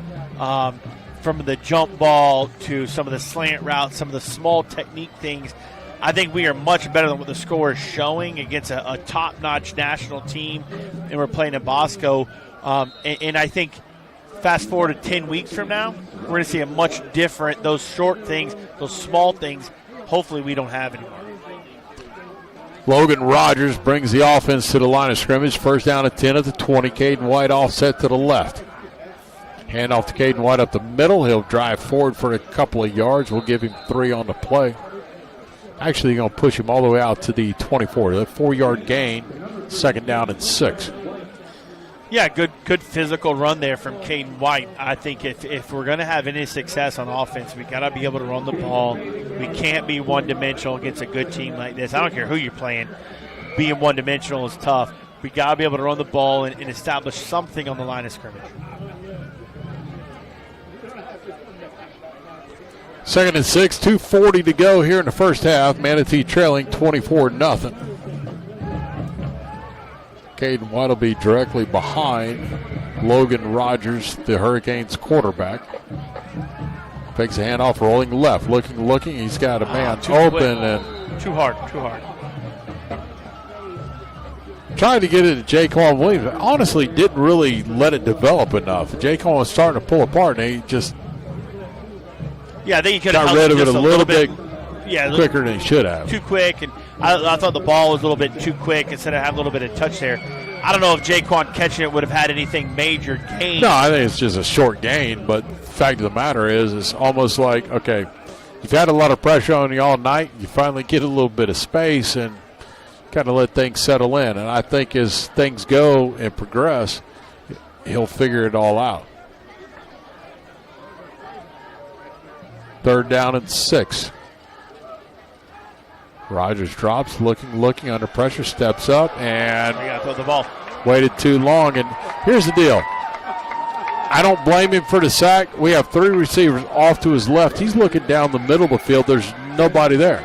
Yeah, so there's got to be confusion, whether it's receivers running around or what the play is, but something didn't mix right on that one. Everybody is going to the home side of the field over there, and there's nobody down the center of the field. Yeah, that looks like that's clearly where he's looking. Hurricanes punted away. It'll be taken again at the midfield across the 40, across the 35, and finally ran out of bounds on the far side. Storm Hensey will run him out, but not before he picks up 15 yards on the punt return. 1:40 to go here in the first half. So another good field position for the Braves, which is obviously we don't want to give and force our defense to stop a really good team like this consecutively in short field position. But I think a turnover, right? I'm going to go with old Eddie Mulock adage, right? A big turnover would be huge right now for the defense. Flip the momentum a little bit. All right, let's see what happens right here. 1st and 10, Braves at the Hurricanes' 35-yard line. Lulu stops, drops back deep, fires to the corner. It's going to be caught. Great job. Actually, a great defensive play over there on the far side, but a tremendous catch. Madden Williams on the catch, 18-yard pickup, moves the ball all the way down to the Hurricanes' 16-yard line. Good, defensively there. We're right there to right as he catches it, make the play, and actually a real physical hit, but great job by Matt Jared Williams. Sanders on the stop. He was right there with him, and he hit him as he made the catch, so he just didn't jar it loose. Malalalu's rolling left, looking. Then he fires to the back of the end zone. It's going to be caught. Wow, should be a touchdown. Nope, Incomplete, in and out of his hands in the back of the end zone. 1:05 to go here in the first half. I thought it was holding there on the edge as Mala'ulu is scrambling there. I thought it could have been holding on the edge. But, good job for him, keeping his eyes downfield, trying to find his receiver there. Just couldn't bring it in. Went to number 7, Madden Williams, his guy. 2nd and 10, ball set at the 17-yard line. 1:05 to go in the first half. Canes trails 24-0 to the number 2 team in the country.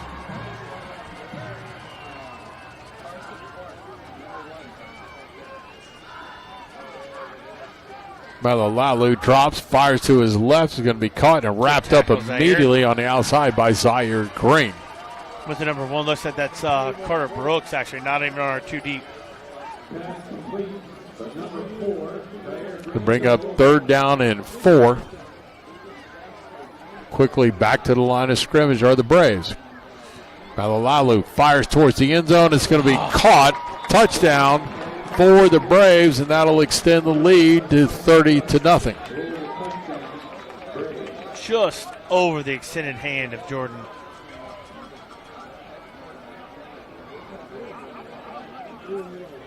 Waiting for the official signal of the touchdown. They kind of looked around like there was a flag for a moment. No flag on the play. 39 seconds to go in the first half. 30-0. Bosco leading.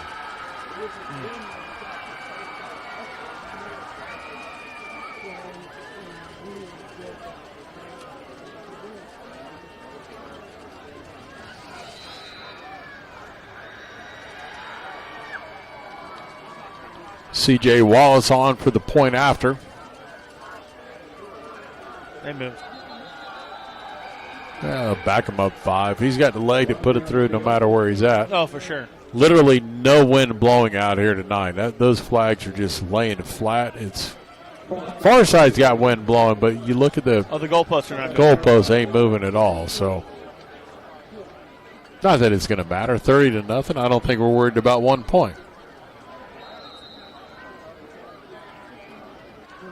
I'm not surprised by the score by no means. I'd like to see us compete. I think it's making us better. I think at the end of the day, what you're trying to do is figure out what you got to do to get better going down the road. Will this make us better for when we go to Georgia and play Lowndes? Absolutely. Absolutely. I think it's going to make us better as we go through. Listen, our ultimate goal, whether you're an undefeated season and all that sort of thing, that really doesn't matter. What matters is making the run. And bottom line is last year, right, we were in the semifinals. We played a team like St. Thomas Aquinas, which is match up to very much what Bosco is. We got to prepare ourselves for that, right? We got to prepare ourselves with the little things obviously matter. The tackle for losses you miss, the jump balls you miss, letting a wide receiver inside of you instead of, making sure you have the inside leverage from a corner standpoint. Those little things that we see now, hopefully we learn from 6, 8, 10 weeks from now as we get into the playoffs. If you look at, no doubt. I'm not real sure. Are they the number 2 team in the country? I'll let you know tomorrow after I watch St. Thomas and Mater Dei play. Sure. But St. John Bosco, Mater Dei, those are 2 teams that rival each other every year. They play each other during the season. They end up playing each other again in the playoffs. Yeah. It comes down to those 2 teams in California out there. And I think when you watch what they have developed out there and what's going on, I don't know. We're going to find out because St. Thomas Aquinas is going to bring everything they have. 3:30 game in the heat of the day tomorrow. Wouldn't be surprised that St. Thomas knocks them off. Sure. No, I don't. I think it's tough for a team. I talked to Coach Negro earlier in the week, and as he's coming in, he said the humidity is something we don't know. The heat is what it is, but the humidity here in Florida is just something different. So I don't disagree with you. I think Mater Dei and Bosco, those are perennial national champion type teams, and we'll see. But we'll see how they fare. Mater Dei fares with St. Thomas, but I think ultimately we're going to learn a lot from this game from our own Hurricanes. Well, I think they expose some areas that you need to have exposed. Yeah, we got a little bit exposed last week and some stuff, but that was kind of a weird deal at Booker. Rain delay, a lot of things happening. First week of school is always a mess anyway, so offensive line did not play well last week. They're playing better, not nearly what they're good at.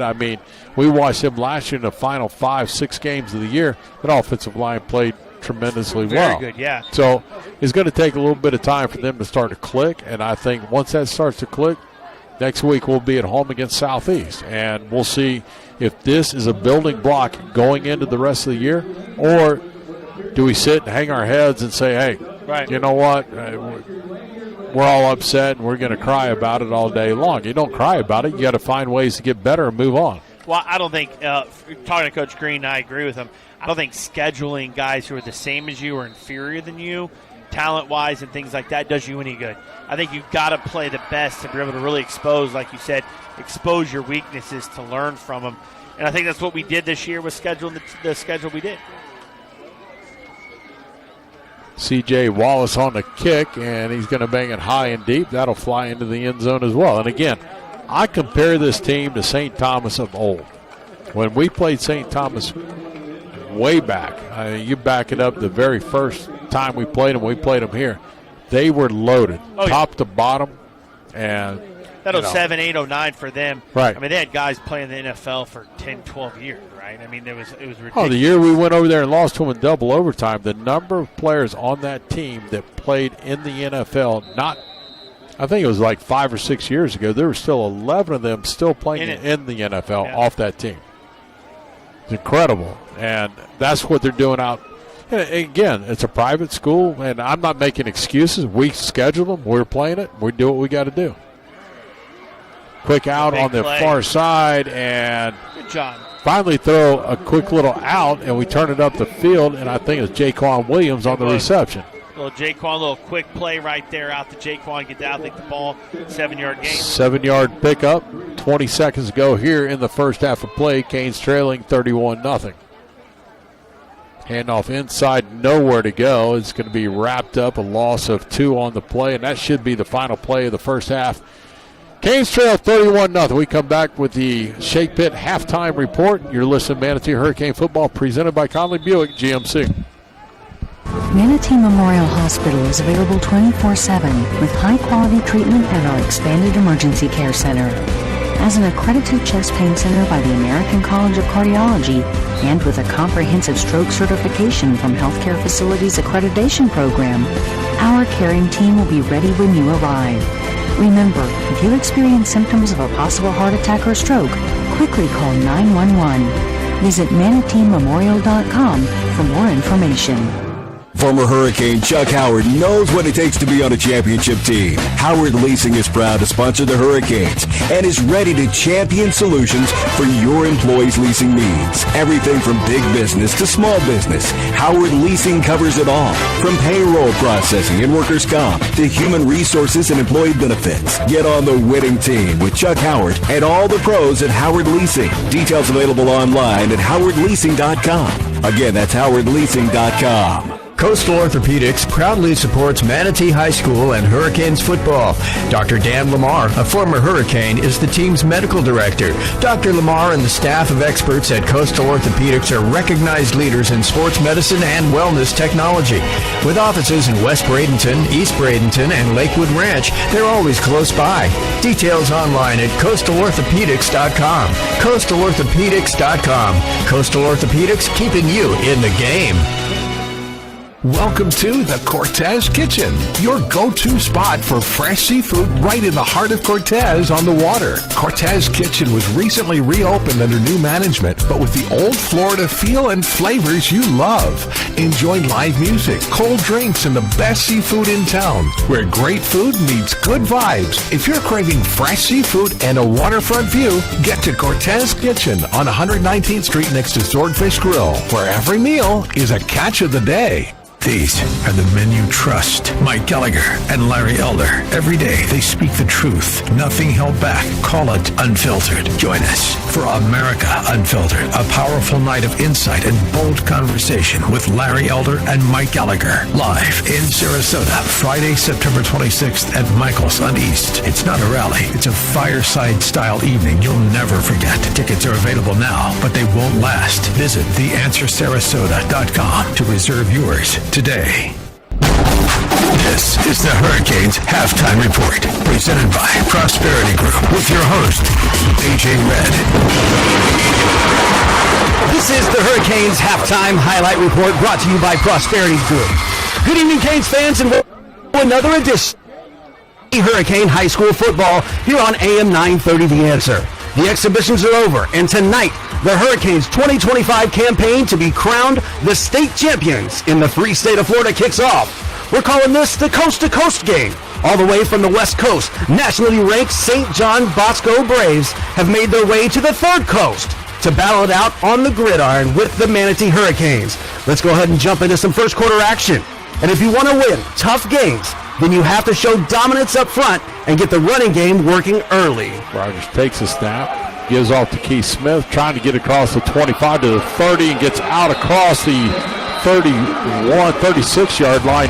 It is enough for the first down. 10-yard pickup, first down Hurricanes. Late in the first quarter, the Canes defense gets their first test with the Braves on the goal line and come up big. Hand off to Hinton. He's hitting the backfield. He's going to be drugged down. No gain on the play. On the stop to Sante Carr. You know, the Braves were only able to come out with a field goal to close out the first quarter. And in the second quarter, it seemed like the refs were a little Braves friendly, missing a block in the back and a couple holes that led to some points, but the Canes defense is still ready to make some big plays. Hand off again, interior, and got lit up. That's going to be Storm Hensey who finishes him off. Wrapped up by Dangler at the lower half, and Hensey finished him off. No gain on the play, brings up 2nd and 10. One of the best defensive plays we had the night. You know, the Canes offense just can't get things to click. And after the first half, we got the Manatee Hurricanes 0 and the St. John Bosco Braves 31. Let's see if the Canes can make some adjustments and turn this game around. More Hurricane action coming up in the second half. This has been the Hurricanes Halftime Highlight Report, presented by Prosperity Group. Contact Greg Elliott, Prosperity Group, to protect your assets while creating a pension-like income. Learn more or book an appointment at mymoneyissafe.com. That's mymoneyissafe.com. First Southern Bank is proud to be the banking partner for Manatee Hurricane football because they're a true community bank that understands the importance of supporting the neighborhoods they're proud to serve. Conveniently located at 1825 Manatee Avenue West, you can also find out more about First Southern Bank by visiting their website, fsb-bank.bank. Once again, that's fsb-bank.bank. And let them know you heard about them through Manatee football. Experience for yourself the First Southern Bank difference. And go Canes. Member FDIC insured, equal housing lender. Former Hurricane Chuck Howard knows what it takes to be on a championship team. Howard Leasing is proud to sponsor the Hurricanes and is ready to champion solutions for your employees' leasing needs. Everything from big business to small business, Howard Leasing covers it all. From payroll processing and workers' comp to human resources and employee benefits. Get on the winning team with Chuck Howard and all the pros at Howard Leasing. Details available online at howardleasing.com. Again, that's howardleasing.com. Perkins Chrysler, Jeep, Dodge, Ram, and Mitsubishi in Bradenton is proud to be a sponsor of Manatee Hurricanes football. At the award-winning Perkins Auto Group, you'll get a championship deal on a big selection of new and pre-owned vehicles. And you can browse hundreds right now at Perkins.com. For over 65 years, Perkins has been family-owned and operated with sales and service that can't be beat. Go Hurricanes! From Perkins Chrysler, Jeep, Dodge, Ram, and Mitsubishi in the 2700 block of 1st Street in Bradenton. Living with everyday pain is like having a voice that always says, no, you can't do that. You can't go there. You can't play your favorite sport. You better sit this one out. It's no way to live. If pain is affecting you, see how Relief Factor can help you get back to living life again on your terms. One where you say yes a whole lot more. Head over to ReliefFactor.com or give them a call at 800-4RELIEF. Relief Factor is a daily supplement that fights pain naturally. Developed by a team of doctors and scientists, Relief Factor's unique formula of natural ingredients doesn't just mask pain, it helps reduce or eliminate it for good. Whether it's your back, neck, your joints, your muscles, Relief Factor can help you, as it has for so many others. Give Relief Factor's 3-week quick start a try. It's only $19.95, a low-cost way for you to sort of take it out for a test drive. Less than $1 a day. Go to ReliefFactor.com, ReliefFactor.com, or call 800-4RELIEF. That's 800-4-RELIEF. See how you could live with less pain, and you can say yes to more of everything you want with Relief Factor. Attention Sarasota Bradenton listeners. My name is Greg Ellie of the Prosperity Group. I'm a former Sarasota Bradenton native with over 30 years in the financial industry, where we focus on showing you how you can create tax-free income. That's right. We will teach you the most efficient ways for you to create tax-free income or a pension-like income. Simply call me at 1-800-440-0434 or go to mymoneyissafe.com. That's 1-800-440-0434. AM 930, The Answer.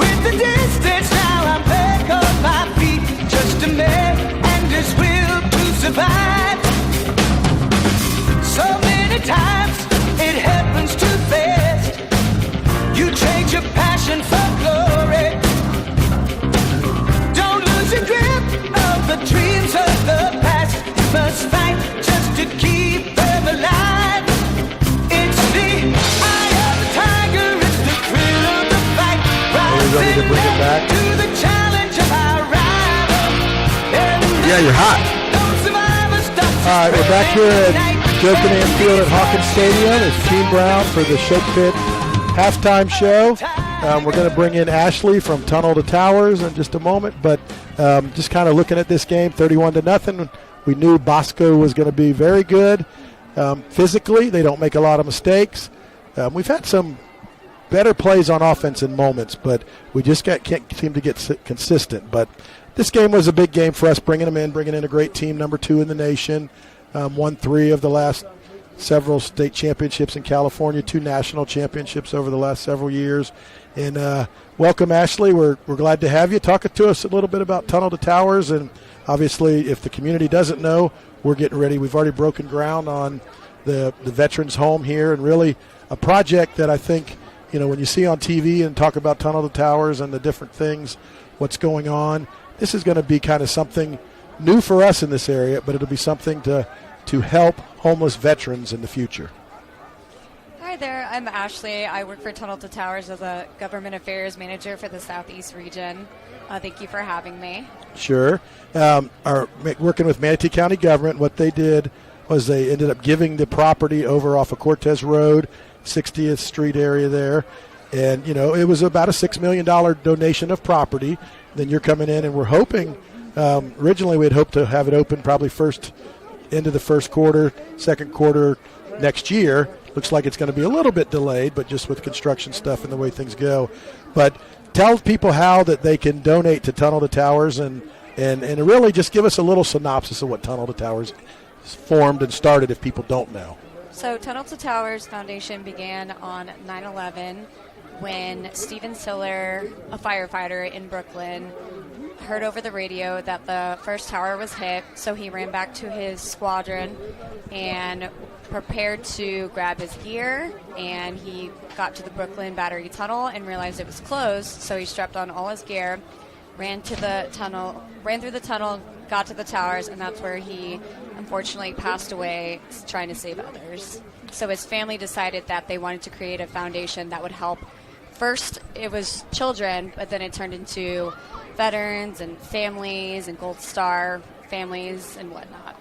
Right, and I think one of the things is we now have a generation of kids that really, you know about 9/11, and you say 9/11, it's symbolic with 2001, and everyone in our generation and older really knows exactly where you were and what you were doing on that day when the terrorist attacked our country. And very rarely has our country ever been attacked directly, but that was. And if you're not familiar with it when you're out there listening, you should get familiar. It's t2t.org where you can make the donation, and that's the easiest way to do it. $11 a month, and you definitely need to pay the processing fee on top of that, which every month it goes on mine, and pay the processing fee, so the $11 whole goes. I mean, if that's one lunch, that's one something to really start, and obviously it's about the masses that do that. President Bush was about 5 miles down the road from here at an elementary school reading, and it really hit. And I'll never forget, I was at our family funeral home, obviously Brown & Sons, big sponsor over all the years, and we were sitting there having our crematory delivered. It was on a crane, the new crematory being put in the building, and our lawn guy pulled in and said, "Hey, something's going on." He heard it on the radio. We get up, and as we turn the TV on upstairs, we see the second plane hitting the second tower, and it was like, wow, what's going on here? First plane they thought might have been just an accident when it happened. Second plane, they knew that it was a terrorist attack, and you see them tell President Bush, because the videos are all around, and he really gets that look on his face. He finishes what he's doing with the kids to not panic them. They get out there, and we went back outside, and I'll tell you what, there was 100 fighter jets going back and forth over us. The Air Force One, I felt like when it flew over where we were, that we could reach out and touch it. It was that close. So, all the symbolic things that happen, all the things that you go out of it, and, obviously the Siller family can't change what happened, but what they've done to change generational things is just unbelievable. And I was so proud of our county. And, in our county we have county commissioners, then we have the city of Bradenton, but we were able to, as a county, give that land to change the dynamics of what can happen for our veterans here in town.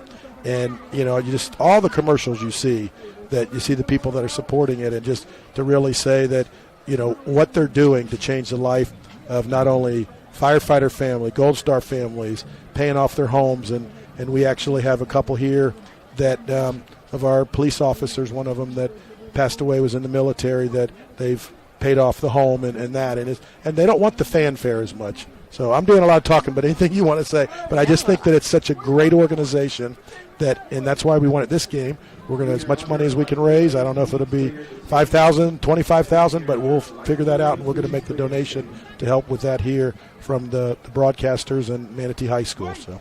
Yeah, we really appreciate it, and we really appreciate Manatee County for donating that land.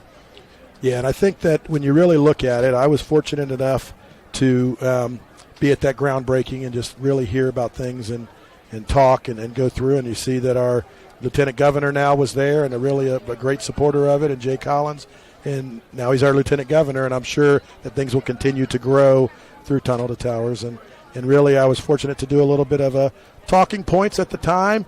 I was leaving and going off, and they chased me down and said, hey, you got to sign this form. So I didn't know what I was signing there, and just basically saying that if they put me on TV, and I didn't think I'd really get on it, but then have seen the commercial a lot, and obviously during the political time last year, they ran it on several different channels on both the RNC convention, the DNC, Democratic National Convention, and I saw it last week in Orlando, about a month ago in Orlando, where it's still processing. So, I don't think that I did anything, but I know a few of my friends said, well, I saw you, and they made donations. So that's what it's about, how you can get that next step, how you can get this part of it, that part of it, and I'm just proud to do that. So anything else, obviously the donations, what can anybody else do if they can't give donations? Is there a place they can go volunteer at times, or that? Yes, so when we do open the village, we'll have volunteer opportunities, and you can donate anything from quilts to your time. Well, I think, and then one of the things, they did have a little traveling, what it's going to look like there. And really, when you walk in and you see the pride of veteran that maybe has had some downtime, had some mental. We know a lot of the problems with some of the veterans is really something from getting back socially into the community when it goes, how they do things, what they do. And when you give somebody pride in something, it really makes a difference of how they feel. And that's what you see, what the Siller family and really has done to start that. And this is something that no matter when they go away, that Tunnel to Towers will always be there. It's generationally going to help people, and that's what this Veterans Village is going to do for Manatee County. So we just want to thank you and keep up the great work, and anytime you want to come back, and we'll promote it over the years. And I just think something that, you never know when you might need it. And as a veteran, and my grandfather served in World War II. We've had family members, and we did have one of our family members that an uncle that was killed in Vietnam in the Army. So war has touched a lot of people, and we don't want war. We want peace, but sometimes you have to protect the integrity of what we do, and I think we've got a great country, and I rivalry game here, and I loved the other team was standing out there, and when we sang the national anthem at the end of it, their nickname is the Brave, so they really cheered to that. As a rivalry game, you might say, oh, I don't like that other team doing that, but you know what? They're proud of Home of the Brave in their name, so that's what makes America to have it. So thank you very much, and just anytime we can do anything, let us know. Appreciate you being here, Ashley. Of course, thank you for having me. All right, you're listening to the halftime show, Shake Pit weather delay now. We're in the weather delay. Got a little bit of rain, lightning, so we'll go to our commercial here, and then we'll come back and kind of tell you where we're at, and we may have to take a little bit of a break till the lightning goes away. So this is the Gene Brown along with Ashley from Tunnel to Towers. If you want to make a donation, t2t.org. Make a donation for whether it's your Gold Star families, your veterans, anyone that they do help is great. So you're listening to the Shake Pit Halftime Show.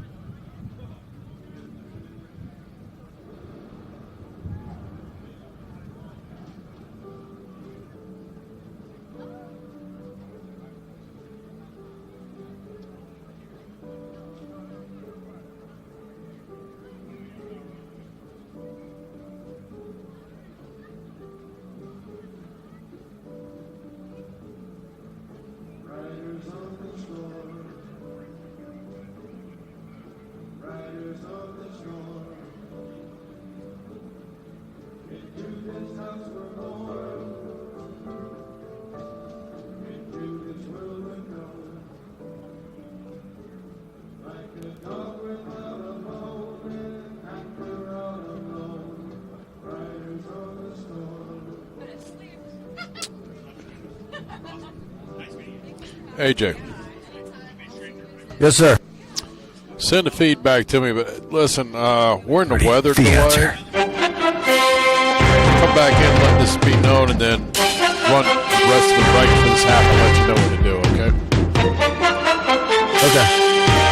Welcome back to Joe Kinnan Field at Hawkins Stadium, the Shake Pit halftime report. Hurricanes trailing 31-0. We're currently in a lightning delay. The entire stadium has been cleaned out, so got lightning all over the place. We'll see how things fare going down the road. We'll keep everybody updated about every 15 minutes or so where we're standing, what's happening right now. But we're going to go back, run our breaks through the first half right here, the halftime report anyways, and then we'll go to some programming back at the WLSS studios. And again, as I said, we'll check in about every 15 minutes, let everybody know where everything stands going into the second half. Again, Canes trail 31-0 at the half. You're listening to Manatee Hurricane Football, presented by Conley Buick GMC.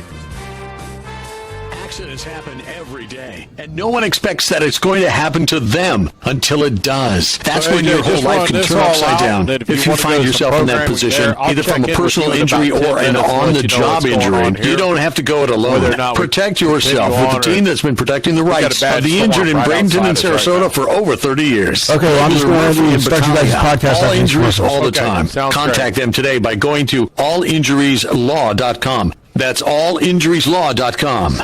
Bose Imaging Centers are dedicated to bringing you the best quality radiology imaging available today. With locations in the heart of both Bradenton and Sarasota, Bose Imaging Centers are close to all major medical centers. And the over 4 generations of the Bose family healthcare experience will ensure you a comfortable and professional visit. Bose Imaging Centers, where quality and customer service are the standard. Online at boseimagingcenter.com. If you want a company that treats you and your family right, then you must be in Conley country. Conley Buick GMC in Bradenton is the proud recipient of GMC's Dealer of the Year award. This rare designation recognizes Conley Buick GMC for over 60 years of exceptional service. So experience the difference for yourself today. Tons of inventory, fair pricing, friendly service. GMC's Dealer of the Year, Conley Buick GMC. We are professional grade on Cortez Road West in Bradenton and at ConleyBuickGMC.com. Welcome to Conley country. Looking for a contractor to build your dream home, remodel, or commercial building? In Manatee County, when you want it done right, the answer is Coastline Contractors. General contracting in Anna Maria, Longboat, Bradenton, and Sarasota. And proud to be sponsors of Manatee Hurricanes football. Open spaces, luxury, attention to detail, and high-end finishes are all the hallmarks of Coastline Contractors, where they make the building process personal. Online at coastalcontractorsllc.com. This is In the Eye of the Hurricane, the official podcast of Manatee Hurricanes football. Brought to you by Coastline Contractors, general contracting in Anna Maria, Longboat, Bradenton, and Sarasota. Coastline makes the building process personal. And now, here's your host, Chad Choate. Welcome, everybody, to another episode of In the Eye of the Hurricane, presented by Coastline Contractors. I'm your host, Chad Choate, joined always by head football coach of the Manatee Hurricanes, Jacquez Green. Coach, thanks for joining us. Thanks for having me on. Listen, special, obviously, start of the season, special game right out the gate. For the listeners, just to let you know, this is longer of a podcast. We've got several added interviews because of the nature of the game. We're bringing in the number 2 ranked team in the country, St. John Bosco. We'll have his coach interview, Coach Jason Negro. I also have an interview with the Tulsa Towers Government Affairs, Ashley Roberts-Lito. She will also be at the game, and this game is going to be donations back to Tulsa Towers, to the Manatee County Veterans Village. So that's exciting. I've also got Tony DeRusso, who is the managing director of the Palmetto Marriott Resort and Spa, who was our gracious host for St. John Bosco for the last several days as they came in to play the Hurricanes. So stay tuned after Coach to hear some more thoughts from other folks. Coach, let's get into how'd the summer go? Obviously, we had a kickoff classic last week against Booker we'll get to, but how'd the summer go for the Hurricanes? Summer went well. We had a great turnout throughout the summer. The kids got acclimated. We got a lot of stuff installed in the summertime. And the main thing is, we're trying to get the kids in shape, some type of shape, and try to get stronger before we start fall camp. Well, it's August, right, in high school football, and you never know what you're going to get. And we pretty much hit that mark last week with the Kickoff Classic. I think we had to wait an hour and a half before kickoff because of the rain, and then it was just nasty, muggy, and hot outside. So typical kind of kickoff, classic fashion. Seemed like both teams would just kind of get their footing. It was a 0-0 game till late. We get a safety called on us. They get a touchdown from a busted play, kind of end around. That Dylan Wester kind of took around the end. It was supposed to go, I think, to the right. It gets stalled. He goes left. Ends up 8-0. But really just a game where the offense, either side, the offense really couldn't get anything going. Just tell us your thoughts about the Kickoff Classic against Booker.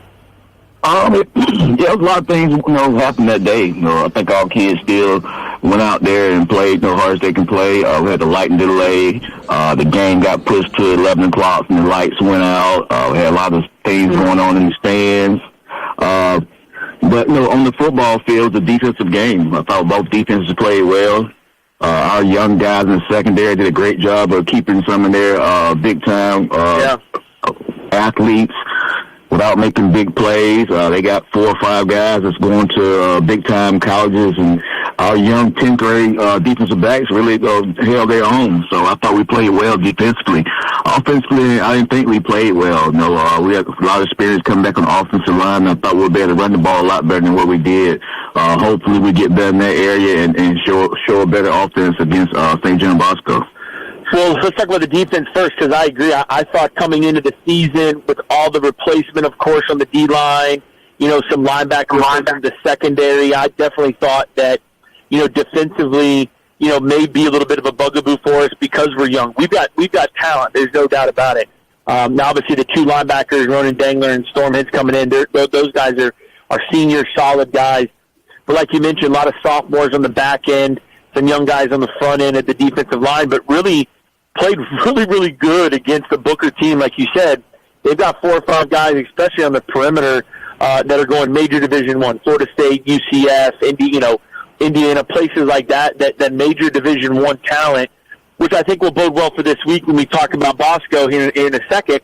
But just, from a coaching standpoint, did you see that, hey, look, I think we've got talent on the defensive side of the ball. It's just going to be how quickly can they get used to playing varsity football? Yeah, that's the main thing. Our secondary, I knew those guys were very talented. Most of those guys was part of our JV roster last year. Went undefeated in the area. They already got good size, so I wasn't really worried about how big they were or anything. It was just a matter of just those guys seeing the game and getting more and more experience. And I thought there'd be more hiccups early on, considering that we was playing a Kickoff Classic. But I expect those guys to be good football players by the time we get to the middle of our football schedule. Oh, yeah. I mean, I thought Bryce Cooper looked really well. The Sanders twins looked really well. So really exciting things, I think, from the defensive side that we showed last Friday night against Booker. Flipping to the offense, I agree with you. I thought offensive line coming back, I thought we'd be able to run the ball. I don't know if sometimes you are putting 2 new, young running backs in. They were not the starters last year. Keyshawn Smith has obviously gone to West Florida, so you got a new running backs that are, their first year actually being the starter or being the guy. Obviously, new quarterback in Logan Rogers, and maybe that had some play with it. I thought the ball seemed to be, and the field seemed to be a little wet, obviously from the rain.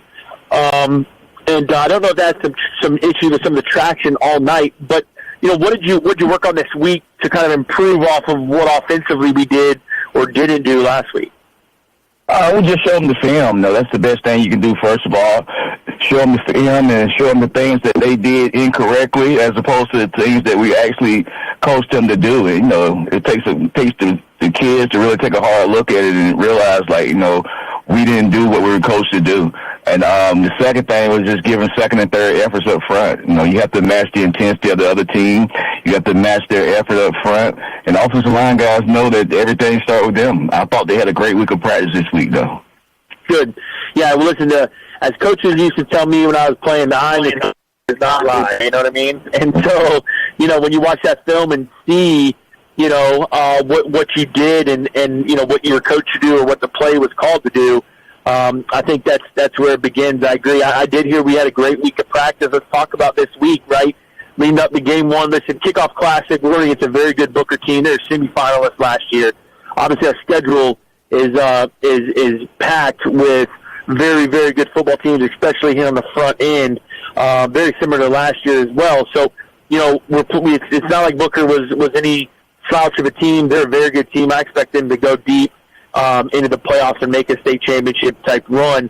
So looking at this week, game one, St. John Bosco, nationally ranked, national power. They compete for their state title in California. They're just southeast of L.A., but they also compete for national championships, right? They're in the breadth of the Modern Days and the St. Thomases and the IMGs of the world, etc. And, I know it means a lot to get a national team here to Manatee and play them. It puts us on at least the radar of, hey, we're willing to schedule these teams. But what does Bosco look like for you as you evaluated them over the last week or so? They're a well-coached team. Most of the film we saw was from scrimmage last week and some of the games from last year. Well-coached team. They have good length in the secondary. They got 3 or 4 guys, the 6'1", 6'2" on the back end. They do a lot of different things on defense. They get into over front. They'll play a tight front. They'll give you a 3-3 stack look. They'll play man. They'll play cover 3. They'll play cover 4. So they do a lot of things. They're similar to St. Thomas. St. Thomas give you a lot of different looks. But the thing about it, the first game of the year, you can't be real good at playing so many different things on defense. So I think we will play them at the best time before they get well oiled, before they have a lot of game reps and stuff like that. Play a team like the first game of the year before they really get going. Yeah, I agree with that as well. And I think that they are a very well coached team. Look at last year, talking with their coach, they went 11-2 in the semis to Modern Day, and which is kind of their big rival, right? But they were very young, freshman and sophomore laden. They've got a really good quarterback coming back. He's going to be a sophomore, Koa Mataulu, I believe is how you pronounce his name. And they've got some great wide receivers in the perimeter. Guys going to Texas A&M, San Jose State, Oklahoma. We faced something very similar to that athletically last week against Booker. So I don't think our guys will be very shocked to see their perimeter play on the offense. But talk a little bit about their offense. What do you see from them as what they run and kind of what are